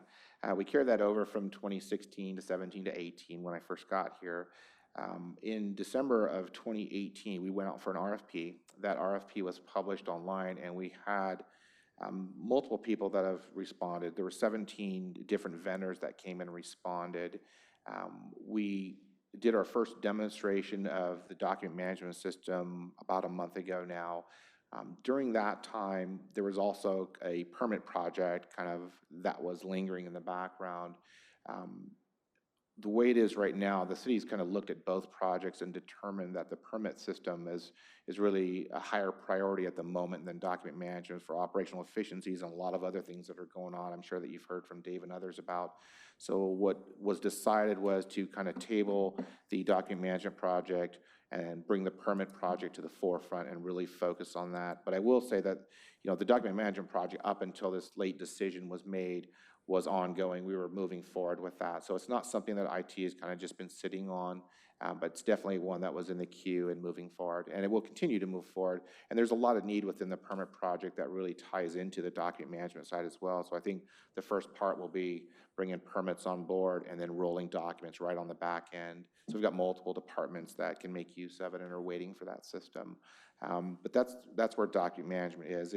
I talk more about kind of the detail with here. We've also met with Pierce County on the permit side, which ties into document management. So DMS basically will be postponed after the permit project. So the next one is vulnerability and pen tests. I'll say that the city has never had a third-party vulnerability and pen test. We initially tried to partner with the cyber defense unit over on JBLM, and we were hoping that they would be able to do that for us just because they're a whole group of people that can probably break into everything. Unfortunately, they were super busy and were unable to assist us. So we partnered with a third party, and I will say that we did our first pen test about 2 months ago, and we passed that with flying colors. The hackers that were hired were unable to penetrate or access any of the city's infrastructure. All of our entry points that we have here were protected. The only way that they would have been able to get in was that man in the middle, which would have been an employee that clicked on a link, accessed code, and then we're back to cybersecurity training. But we did pass with flying colors on that awareness test, which I think it's a good thing to hear because we've invested in new firewalls and new switches and new servers and new technologies to try to protect the city. And it's the first time in the city's history that they've done a pen test, and it's actually successful and passed. Mr. Simpson. Thank you. It goes back to a discussion we were having before council. You say that what you just described, the weak link would be if somebody clicks on an email. Yes, or a website. Or left something behind in a flower pot? Yeah, so I was... Because that's what I was thinking. I thought, no, I can think of a way around that. And that's exactly what you described to me as we were talking. Yeah, so we had a brief conversation before the meeting about cybersecurity, and I relayed that in my former life when I was working for Olympic Bancorp, we had hired Russian hackers to come in and try to break into our systems. And we were a small company. We were only $750 million in assets. We were 32 locations at the time, so very small. These Russian hackers actually came in, and the first thing that they did was they brought in portable PlayStation Pockets at the time, which is kind of like a portable Nintendo. They put code on it. It had Wi-Fi access. They dropped it in a flower pot, buried it, left the antenna sticking up, and attempted to break into the infrastructure through wireless technologies. There were many ways to get in, and one of the things that Councilmember Simpson had mentioned was it was, copiers. At the time, you start to hear a lot of intrusions about copiers and cameras. You've the Huawei Chinese company with all the security that's just coming out for the federal side. There's many ways to get in. So our intention is to protect as much as possible. But again, it goes back to that end user that either clicks on something, brings something in, puts a thumb drive in a drive that they got from a convention somewhere, and the next thing you know, we've got crypto. And that typically is the way it happens. It's not always that somebody clicks on a link. It's they've brought something in from home, or they've brought in a thumb drive. So in Olympia, when I was there, the big push was BYOD, bring your own device. So our thought process was, well, if I can bring in my own computer from home, that's going to save us $2,000 per person. Well, on that same token, I was spending $300,000 to put a system in place to protect us from the person that brought their own device in. So now you're playing a cat and mouse with your own staff. And so really the focus is to look at kind of where we're at and the technologies that we have. And that's just an easy way as a Wi-Fi transmitter in a flower pot. So it's quite interesting on how things are done now. Okay, so the next one is the redundant data circuits. This one has taken a little bit longer than what we had hoped. We had partnered with CenturyLink to bring in connectivity to the police station. They were unable to do so. It's the same issue that the YMCA has. There's no path running down that road that they could bring fiber to. So after 6 months of them kind of trying to figure it out in their design project, we decided that we would move it to the ATMS building. And so CenturyLink was bringing in connections to ATMS. So ATMS is the traffic management building that's, I'm not sure the road, it's not just down the road here. It's just a little, off of Silicon Boulevard. And so the plan is to actually bring that in there. We spent another 6 months with CenturyLink waiting to get on their list to install it. And then 3 weeks before the install was to happen, they told us that, oh, by the way, we can't do it. Tacoma Power wanted us to pay for $80,000 worth of light poles that they wanted replaced. I'm like, I didn't understand that. So we've now canceled with CenturyLink and we've moved to Verizon. We've got the contract and we're hoping that that system will be up in the next 4 months or so. They're estimating just 8 weeks, but again, thinking optimistically and how things have happened, 4 to 6 months down the road. That'll bring us connectivity so that we have a redundant circuit in the event of a disaster. We still have data paths between the police department, which is, again, the primary data center now, and City Hall. So we could lose connectivity here. We could have a contractor hit fiber somewhere, and we'll have redundant points of entry for the police and City Hall. So it really gives us our backup. Part of our business continuity plan as well is to have that in place. So the next one is the new permit system. So there's been lots of talks about that one. That's one is now on the top of our list of projects for IT. And I want to stress that the replacement of the permit system is going to be a huge project. There's a lot of data cleanup that needs to happen. So the city's been in talks with Pierce County on the PAL system. We've had numerous meetings with the PAL system or with a staff that manage that system. And that's been the recommended proposal from city staff here, is to really move towards PALs. So we've had ongoing meetings with the county. We're working directly with their developers. Unfortunately, here at the city, we don't have our own in-house developers. So there's some partnerships that have to be done with Tyler Technologies, which is Eden, to be able to pull the data out. There's lots of old data that's sitting in that system that has to be cleaned out, because what we definitely don't want to get into is pulling out old data and putting it into a brand new system. That's where we're at today. So definitely working with finance, with community economic development, IT, and others. You'll see a lot of work going on that. There was $25,000 that council approved initially for a consultant to come in, and we're going to be using those funds to work with Tyler Technologies to write the scripts to get the data out. So that's something that's ongoing there. Would this be the thought, say, mark a line in the sand, everything from this point forward in the PAL system in Lakewood, everything historically back? There's dig up the information. There's been some talk about where do we draw the line. Kind of with document management, it's the same conversation. So yeah, we've had some of those. It's still very preliminary. I think the first meeting that I sat on was to determine what are the system needs and how do we get there, some implementation plan, what work the county needs to do, and the work that the city needs to do. Again, Ken had mentioned that there's a lot of data that we need to clean up. We don't want to put garbage in because we'll get garbage out. And yeah, with good information. So we don't have a whole lot of details yet. We've just exchanged some very preliminary information about what's in our system.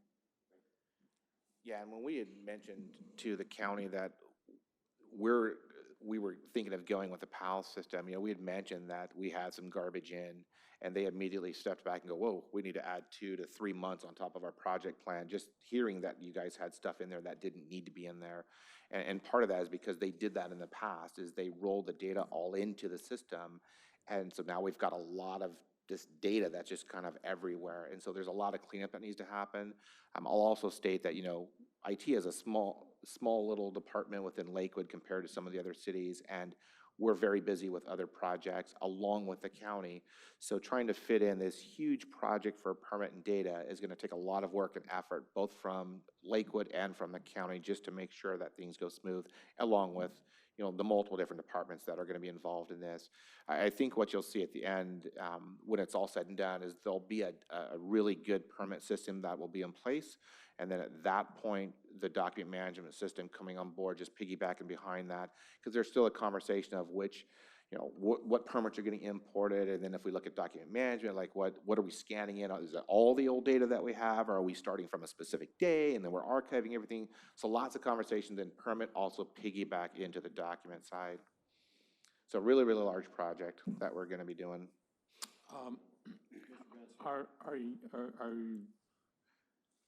Are we focused on going on this direction, or are we still also evaluating other alternatives?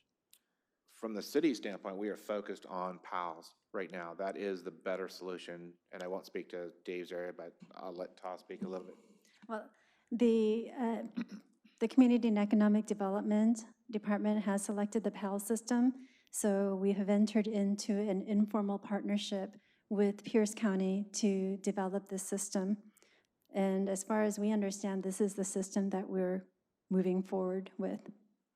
And we would not be the first city to partner with Pierce County in this system, or are we breaking new ground? I think we would be the first to partner with PALS, Pierce County.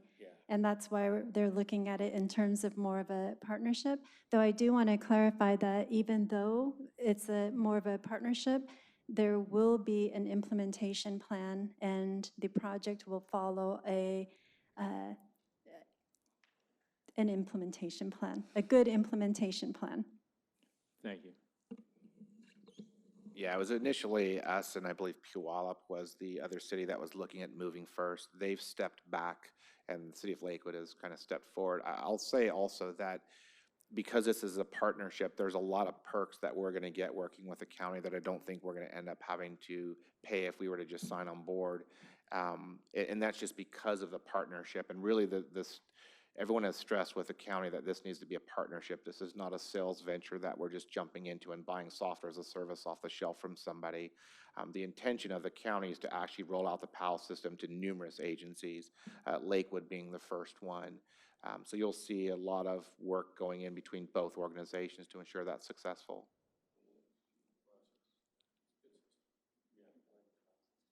Yep. Okay.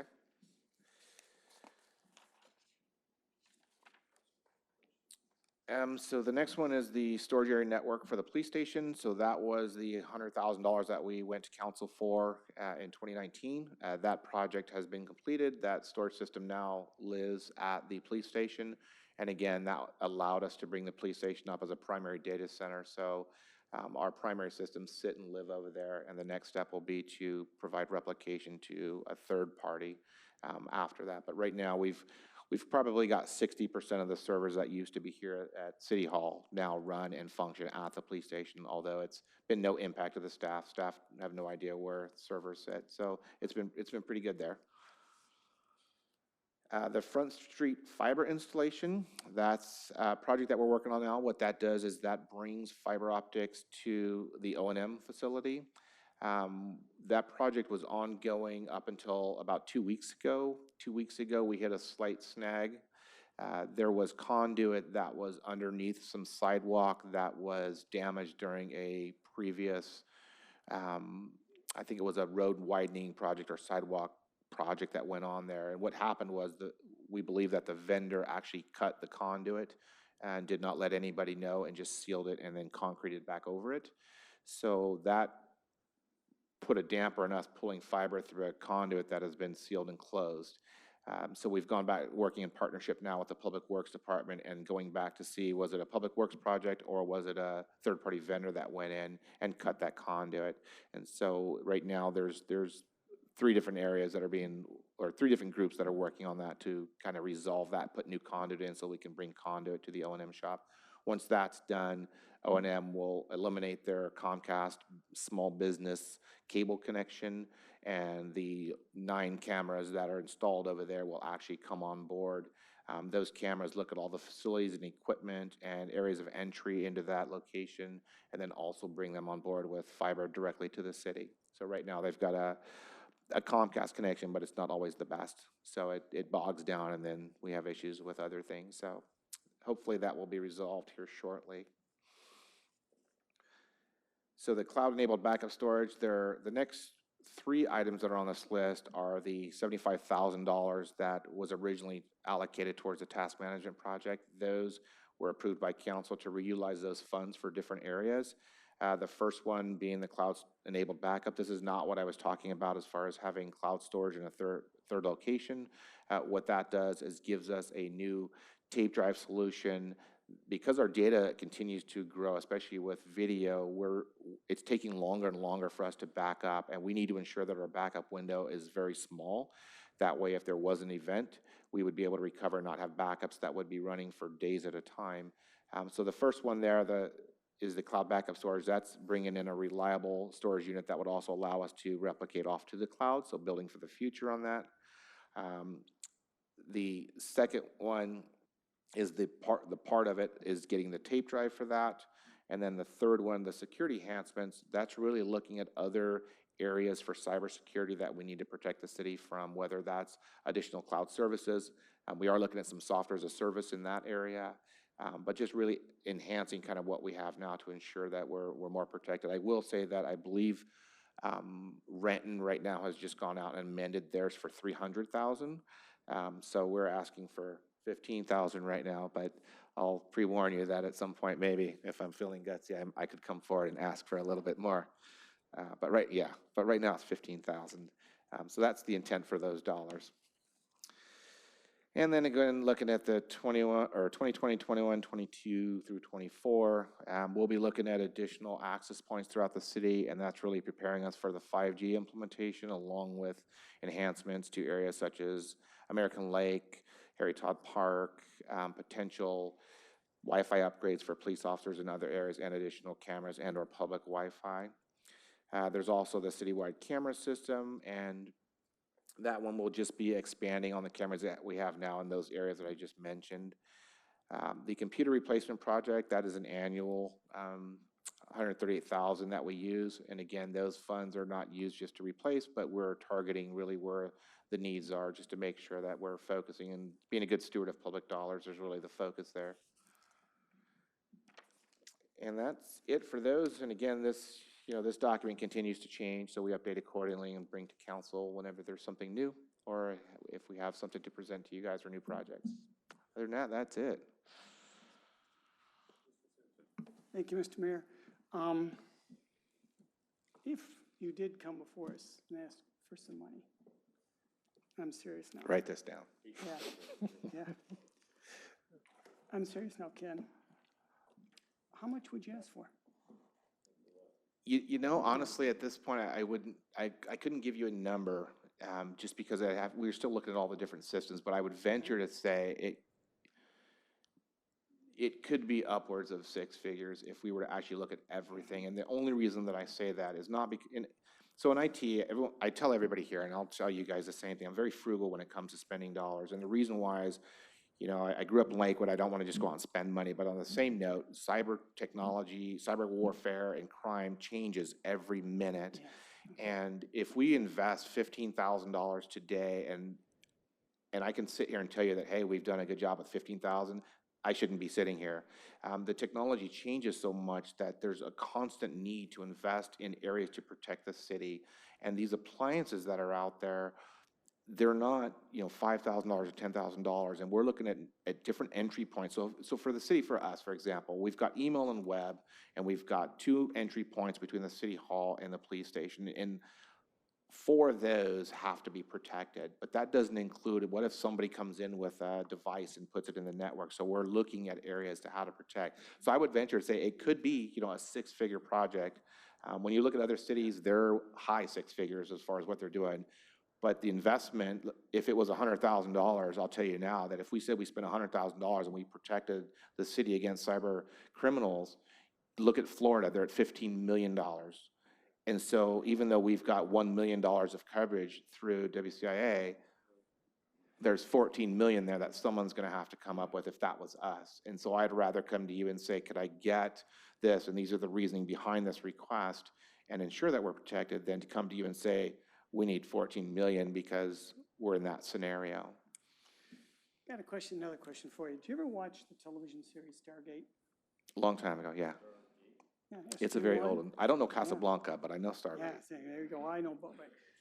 You ever remember that, you probably don't, that episode in which the Asgard come through the Stargate, talk to SG-1 about the Asgard were this advanced race of people, like the people out there in the cyberspace world. And there's a point to this, trust me. And they ask the Earth people, Stargate 1, they say, we need your help. And they look right at Colonel O'Neill and they say, we need your help because you're dumb. And Colonel O'Neill's classic response was, well, he came to the right place. The point is, simplicity will hurt you. Mm-hmm. Yep. And as listening to you talking, I remember in the last century, I was part of a little team. We were the OPFOR, and our goal was to shut down the Port of Tacoma, which we successfully did by using the simplest thing possible. And so I appreciate, this is my way of sort of applauding you for the constant stressing of the simple things will hurt you. It's not the complex, it's not the big, because you're well prepared. I can just telling this, that's why I asked the question about money. It's the simple things that'll hurt you. And by the way, how did I shut down the port? I went outside the port and took down 2 bridges. Every first responder responded to those, which left the coast clear for the port. And I was able, within an hour in this hypothetical, to close the port of Tacoma and trap 600 rail cars, plus the ships, plus keep the Coast Guard out of it, plus the Tacoma Police and Fire Departments out of the whole process. Yeah, and I will tell you, Exactly. so on that same note, I attended a cybersecurity convention a couple weeks ago up in Seattle. So we had Department of Homeland Security, other cities and whatnot were there. And there is a device. It's $49.95. I can buy it right now off of Amazon. I won't mention it because I know people are going to be listening to this. But there is a device that's $49.95 that is a USB thumb drive that I can stick into a computer. And when I stick that into the computer, it will take over the computer and mimic itself as, so in technology, there's what's called human interface device, HIDs. And what that is it's a keyboard that physically, it's the software on the computer that thinks that someone's physically touching a keyboard or moving a mouse. And the way around that is this little device that will mimic that architecture, and the computer will actually think that somebody's typing. And all that happens is I plug it in, a quick black screen pops up on your desktop, you see it, it goes away, and all of a sudden you think, oh, what was that? I don't know. And you just keep working. What it does immediately after that, it starts injecting crypto. It's within a matter of 15 seconds for $49.95, and it takes one staff member, you, me, city manager, whoever, to have that device walk in, plug it into a computer, and we are infected. And that's in a matter of 30 seconds. And I can take that device to any city now. And if there are cities not protected, it's an end game right there. Now you're 12, 15 million. And that's $49.95 off Amazon. It's a company out of California that sells it. It's a public company, and there are a bunch of hackers that write this device. And you can use it for good too. It could be used to just plug in and pop up a screen and do something. Say, hey, guess what? You could have been infected. But it's generally not used for that. So for $50, you're talking millions in damage. And it is free shipping, by the way. It is a prime product. So everybody should order one today. You'll shut JBLM down, I'm sure, on a portion of it. Yeah, and the intent is to shut it down and not let data go elsewhere. So if you can contain it in-house, that's what the focus is. So really within IT, that is what we do. We just pass data and protect data. So 6 figures, I'll keep that in mind. Won't we, Jason? I didn't say what the first number was. Could be a 1, could be a 9. What's our budget for 2020? Thank you for all your hard work, because you've really done a great job. I remember 10 years ago, our IT budget was maybe not very much. And you brought us into the 21st century, certainly educated us about our needs, and implemented, I think, very, very well. So, Well, not to brag, but if I may, I will say in the past 5 years I've been here, which is a good thing, that we have not had a major outage in the city of Lakewood, with the exception of an email server going down or another system being offline for a couple hours. There has not been a breach. There's not been an outage. We haven't lost connectivity. People have been able to function. City manager always uses the term, well, it's always good to have an email-free Friday, which I think is a great idea. But, we have not had that, so. We know I do offer after-hour consulting services. Very much so. We are particularly a rich municipality, so there's no way to get that much money out of New Mexico. But if they can get 20,000, 10,000, they'll do it. Yeah, I saw one last week where they went after a city for $30,000. That's nothing, but if that city was down, how much would that have cost? Public services down, everything, so, yeah, it's pretty good. Pretty good income for one day's worth of work. Yeah, well, in the theme of we're doing well, within our strategic plan, we asked all the departments of the city to develop metrics to put on the dashboard to be able to, for both internal and then out to the public, to be able to go and do that. You know, what metrics did you choose to put in the dashboard and measure and that are indicators of us doing well or needing to improve?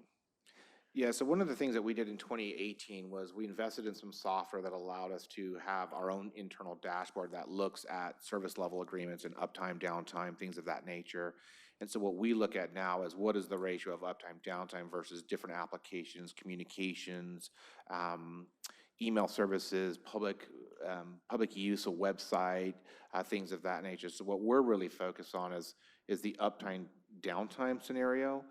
We're also looking at how long does it take us to bring systems up from a disaster, including backup and recovery? So what are the hours that it takes for us to do restores, to bring systems online? Those types of things haven't really gone out to the public dashboard. So we try to work with the different areas, with Shannon to ensure that she gets the data that we can provide her for those metrics. But really for us, the focus is uptime, downtime, and then consistent SLAs across the board. And so those are our service level agreements internally. As we roll into 2020, we're starting to look at the different areas to how we can implement SLAs across the city. So we can say to a public works department that we guarantee from IT standpoint that you're going to be in an outage, you'll be down for an hour or 15 minutes. So that's kind of the focus that we're looking on right now. Thank you. Yeah, it's always a challenge. Systems change.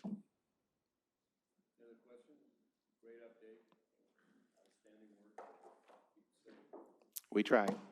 Thank you. Sorry for the long.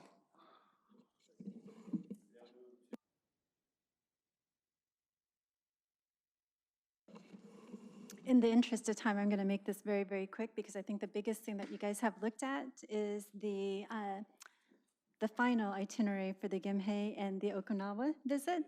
And I just want to make a clarification that on your schedule, it shows that the triathlon kickoff is at 9:30. It actually starts at 9. And I believe the mayor's worked it out so he can get there on time to introduce the guests at the following event after the boat tour.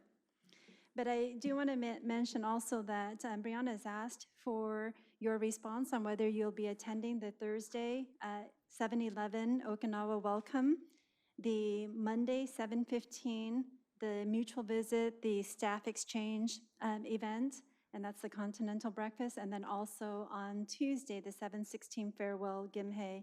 So the one that is really important is on 7:15 to determine if we have a quorum of the council. And we'll have to make arrangements for a public notice if that is the case.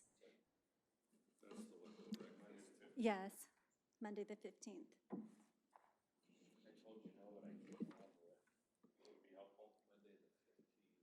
Yeah.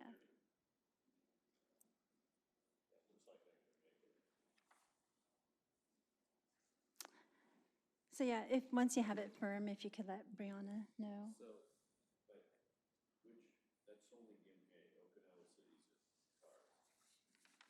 Yeah, it's just for the one at City Hall location where it's more of a business meeting. Where as the, yeah. Okay, I have a question.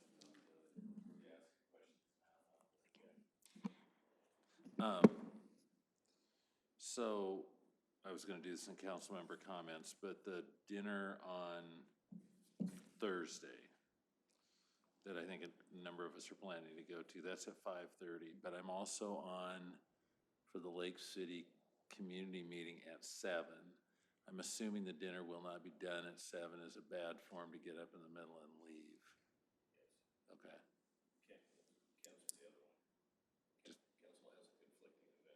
Okay, just not go to the, so someone's gonna have to tell Larry and Vanessa that. For the Monday 7:15 event, that business meeting, that is at 1:30 at City Hall. 1:30 and 8:30? The 8:30, yeah. So it's not the breakfast, they're two different things. Oh, I can't do the 1:30, I could do the 8:30, sorry about that. So the 8:30 meeting would be on Monday the 15th. And that would be with the Gimhe. Okay. The 1:30 meeting would be on Thursday.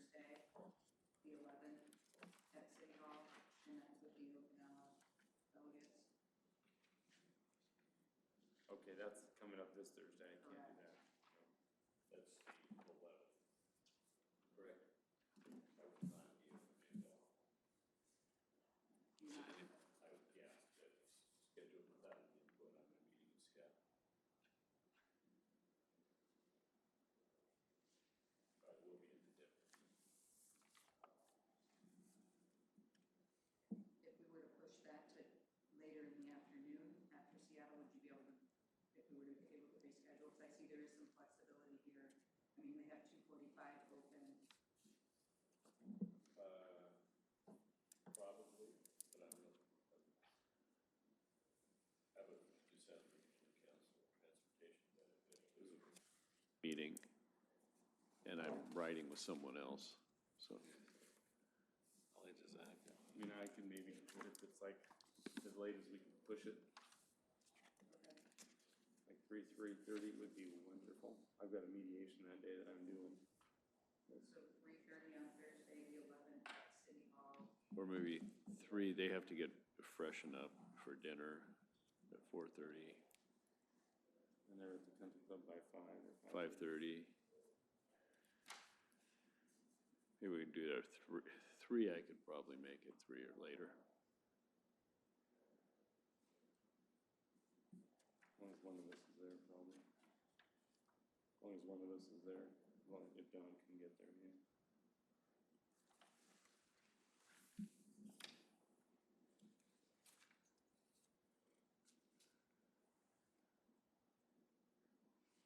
So you're gonna resend that, Brianna, for 3? Yes, I'm just going to confirm with Sister City that. Okay. So you got the dinner on the 11th and then the one on the 16th. Kim Hay is, The 16th is that farewell for Gimhe? Are we all planning to be there on that? I initially said no, but I don't know what my conflict is. I'll say yes for now, and then I'll double check tomorrow on the 16th and the 11th. Yeah. is that a spouse or no spouse event? It's your choice. No, Holly's not here this week, so. The invitation left it open to the spouses. Okay, I'll let you know on the spouse. But I plan on being at both dinners. And that breakfast at City Hall. Okay, so aside from the Okinawa and Gimhe Sister City visits, on July 12th at 11 a.m., we have the 62nd Airlift Wing Change of Command ceremony from Colonel Mark Furman to Colonel Robert B. Langford at the Hangar 9 at McCord Field. And that's on July 12th. And then July 13th, the festivities, the Summerfest. So, Okay. so that's my update. I guess the one element you didn't mention was the lunch at the park on the 13th. Yes, so we have lunch at the park, and it is in the picnic tent area by the pavilion. And I'm not exactly sure what the plan is for the lunch itself, but to my understanding, it would be involving food trucks. And I'm not sure how that coordination is exactly going to work. You know, it'll be the height of the day. It'll be crazy around there. Well, it's just, it was late lunch, but it's going to be highly populated. Who's doing that? The Is- Sister Cities folks. Their initial plan was to haul them off somewhere and have a lunch at 3 o'clock. And it That might be. didn't sound, said, why not feed them fair food where they are? So that's I'm as sure much, they'll love it. it's more of an experience. Yeah, it is. I've been taken to Well, I was just farmer's going to comment market, on the fair food. right? And that's Any my questions update. for Ms. Kraus? Then we move to council comments. Thank you, Mr. Brandstetter.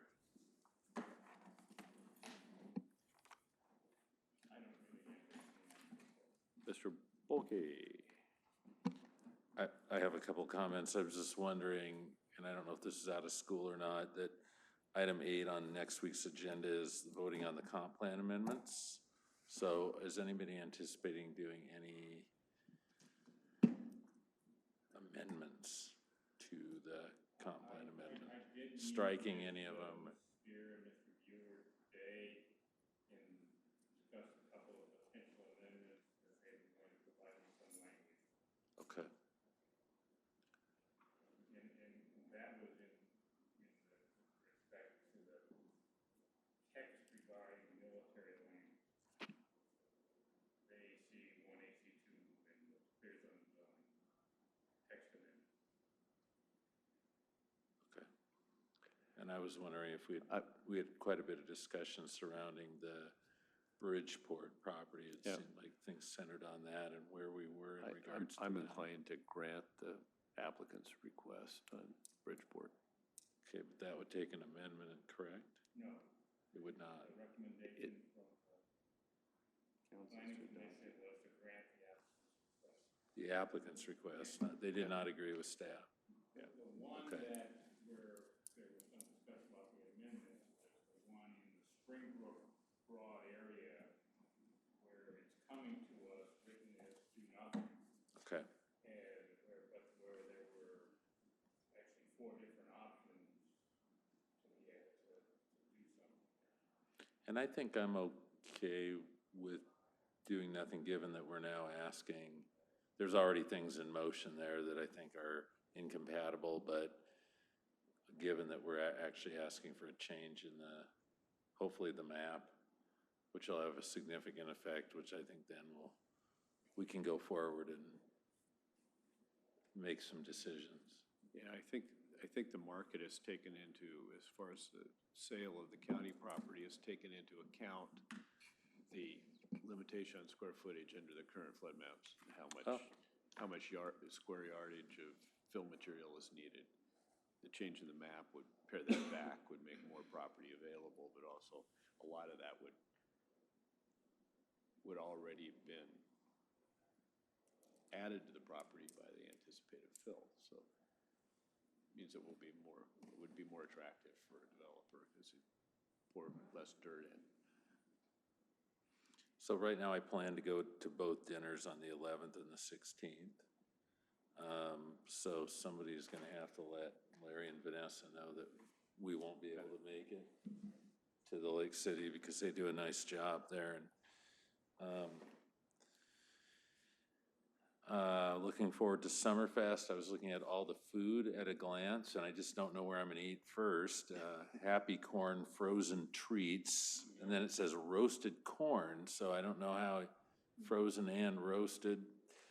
That'll be interesting. I think I'll ask Councilmember Simpson how that, because he's from the Midwest and he knows all about corn. So yeah, there's just a lot of good food here, so I may have to starve myself before. Oh, the 5K. Yeah, am I running the 5K? Really looking forward to that. And then really pleased with Motor Ave and how it looks. And I don't know that there's many things that we've done that more people have commented about. I know somebody who's in a local band, and he has expressed to me his interest, and I gotta get him connected about playing there as soon as it opens, like at the opening day celebration, which we already have a date, but I don't know what the plans are for entertainment. So there is a lot of interest surrounding that, and I think they're doing a really good job, and they seem to be moving at a pretty good pace. So, and that is all. Great. Mr. Simpson. Thank you, Mr. Mayor. Well, picking up where Paul left off, with regard to the Motor Ave project, I've been over there a couple times just to take some photographs that I've sent on to Bryn. And during the course of that, I've talked to some of the guys working out there. And the pavers, the guys that are doing that herringbone pattern, they're from Pennsylvania. And Linda Smith put her finger on it when she said, yeah, they're staying over there in the Best Western. So I asked them, I said, so what do you think of the city? They like it. And I said, what do you think of this project? This is one of the coolest projects we've worked on in a while. So, I mean, this is from a group from Pennsylvania, and then talking to the guys that were pouring the cement. I mean, what do you think of doing this kind of work? And they think this, what you've got here, because they're using different colored cement, some of it's lighter, some of it's darker. This is really looking sharp. They were really happy about that, but it did remind me, your comment did remind me that this is gonna look very nice. Now, if we can get the artwork with the water, some of us, won't we, Jason, will be very happy. Now, my second point, moving right along before the mayor throws me out, is was it June 27th?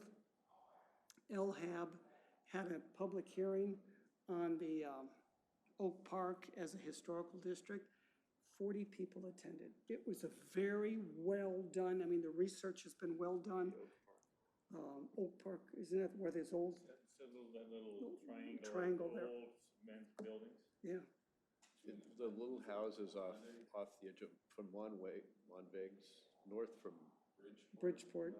across from Monvegs. Well, that's, the LHAB went out and got a grant to turn that into historical district. And the presentations have been just first rate. The public, that was our first public hearing. There's another hearing scheduled on the 25th of July.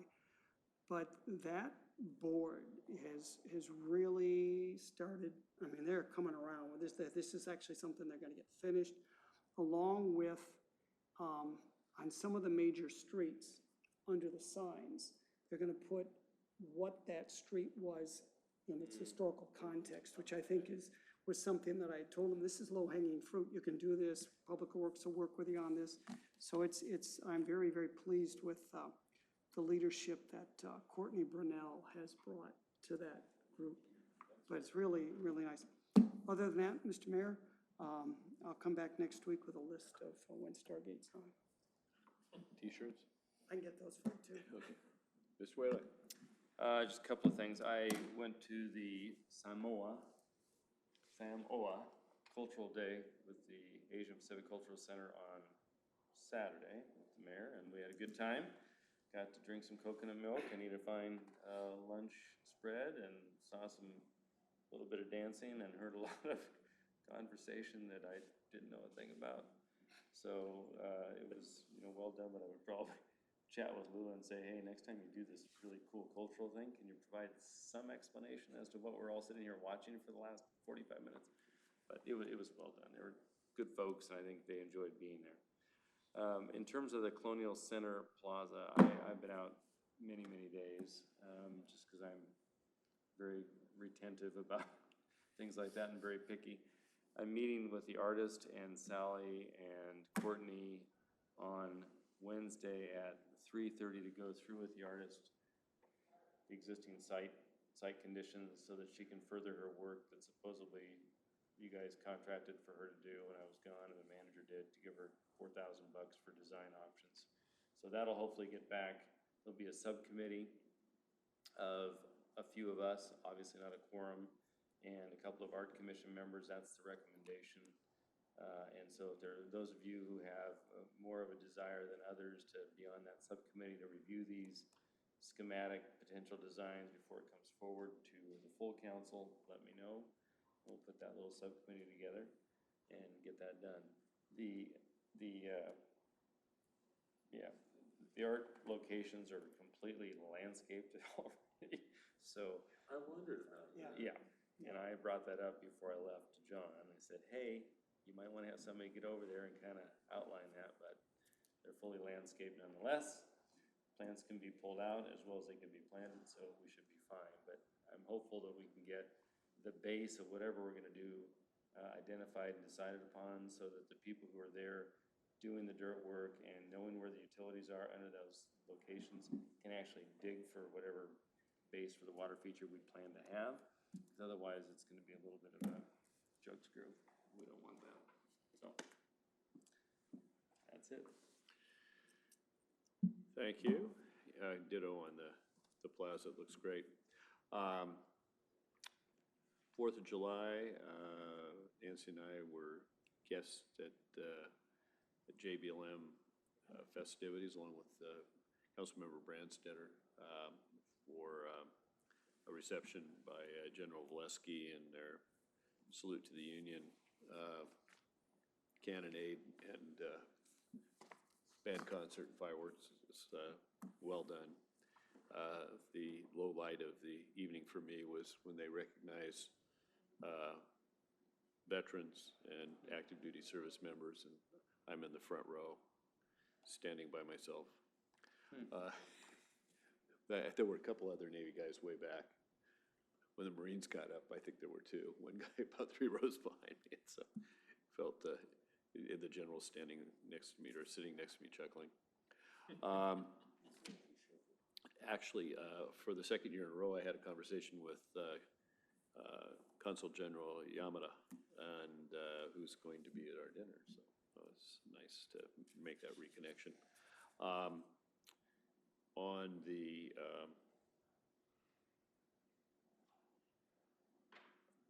On Saturday, along with Mr. Whalen, and I did attend the Samoa Day festivities, and I was called up to do an impromptu off-agenda presentation. Go say something to a couple thousand people when you're not on the program. But Worked fine. It worked fine. And then was part of the AVA ceremony, which Mr. Whalen alluded to, which I know a little bit about what they're doing, and I know they go on forever, saying things around in a circle until everybody's talked, and then they feed you AVA, which is a mild sedative from a root, and they take the root, and they're those long stringy things that looks kind of like a horsetail, and they beat it, and they put it in water, and they wring it out, and then they shake it around, and it's big, mostly naked guys doing this, and then they wring it out again. And so we were talking about the lack of gloves, and Lori Jenkins from the health department was at the other end of the half dozen people, and Denny Heck was next to me, and we were making comments back and forth, and he said, "Got to help me, Don, here, what are they saying?" I said, "I think they're saying, no, that Jenkins lady, she's from the health department, but we can take her." Yeah. But it all went well. Congressman Kilmer was a little concerned because he did it last year and got sick. But it's an acquired taste. It was good. And I think Lakewood was well represented by the two of us there, which equaled Tacoma. Right. And so it's a good thing. And tomorrow morning is Coffee with the Mayor, and the program is? Legacy Plan, okay. And anything further? We're adjourned. Great. Brandon, are we ever going to give you our old iPads? Are you still working on that, or do you want them?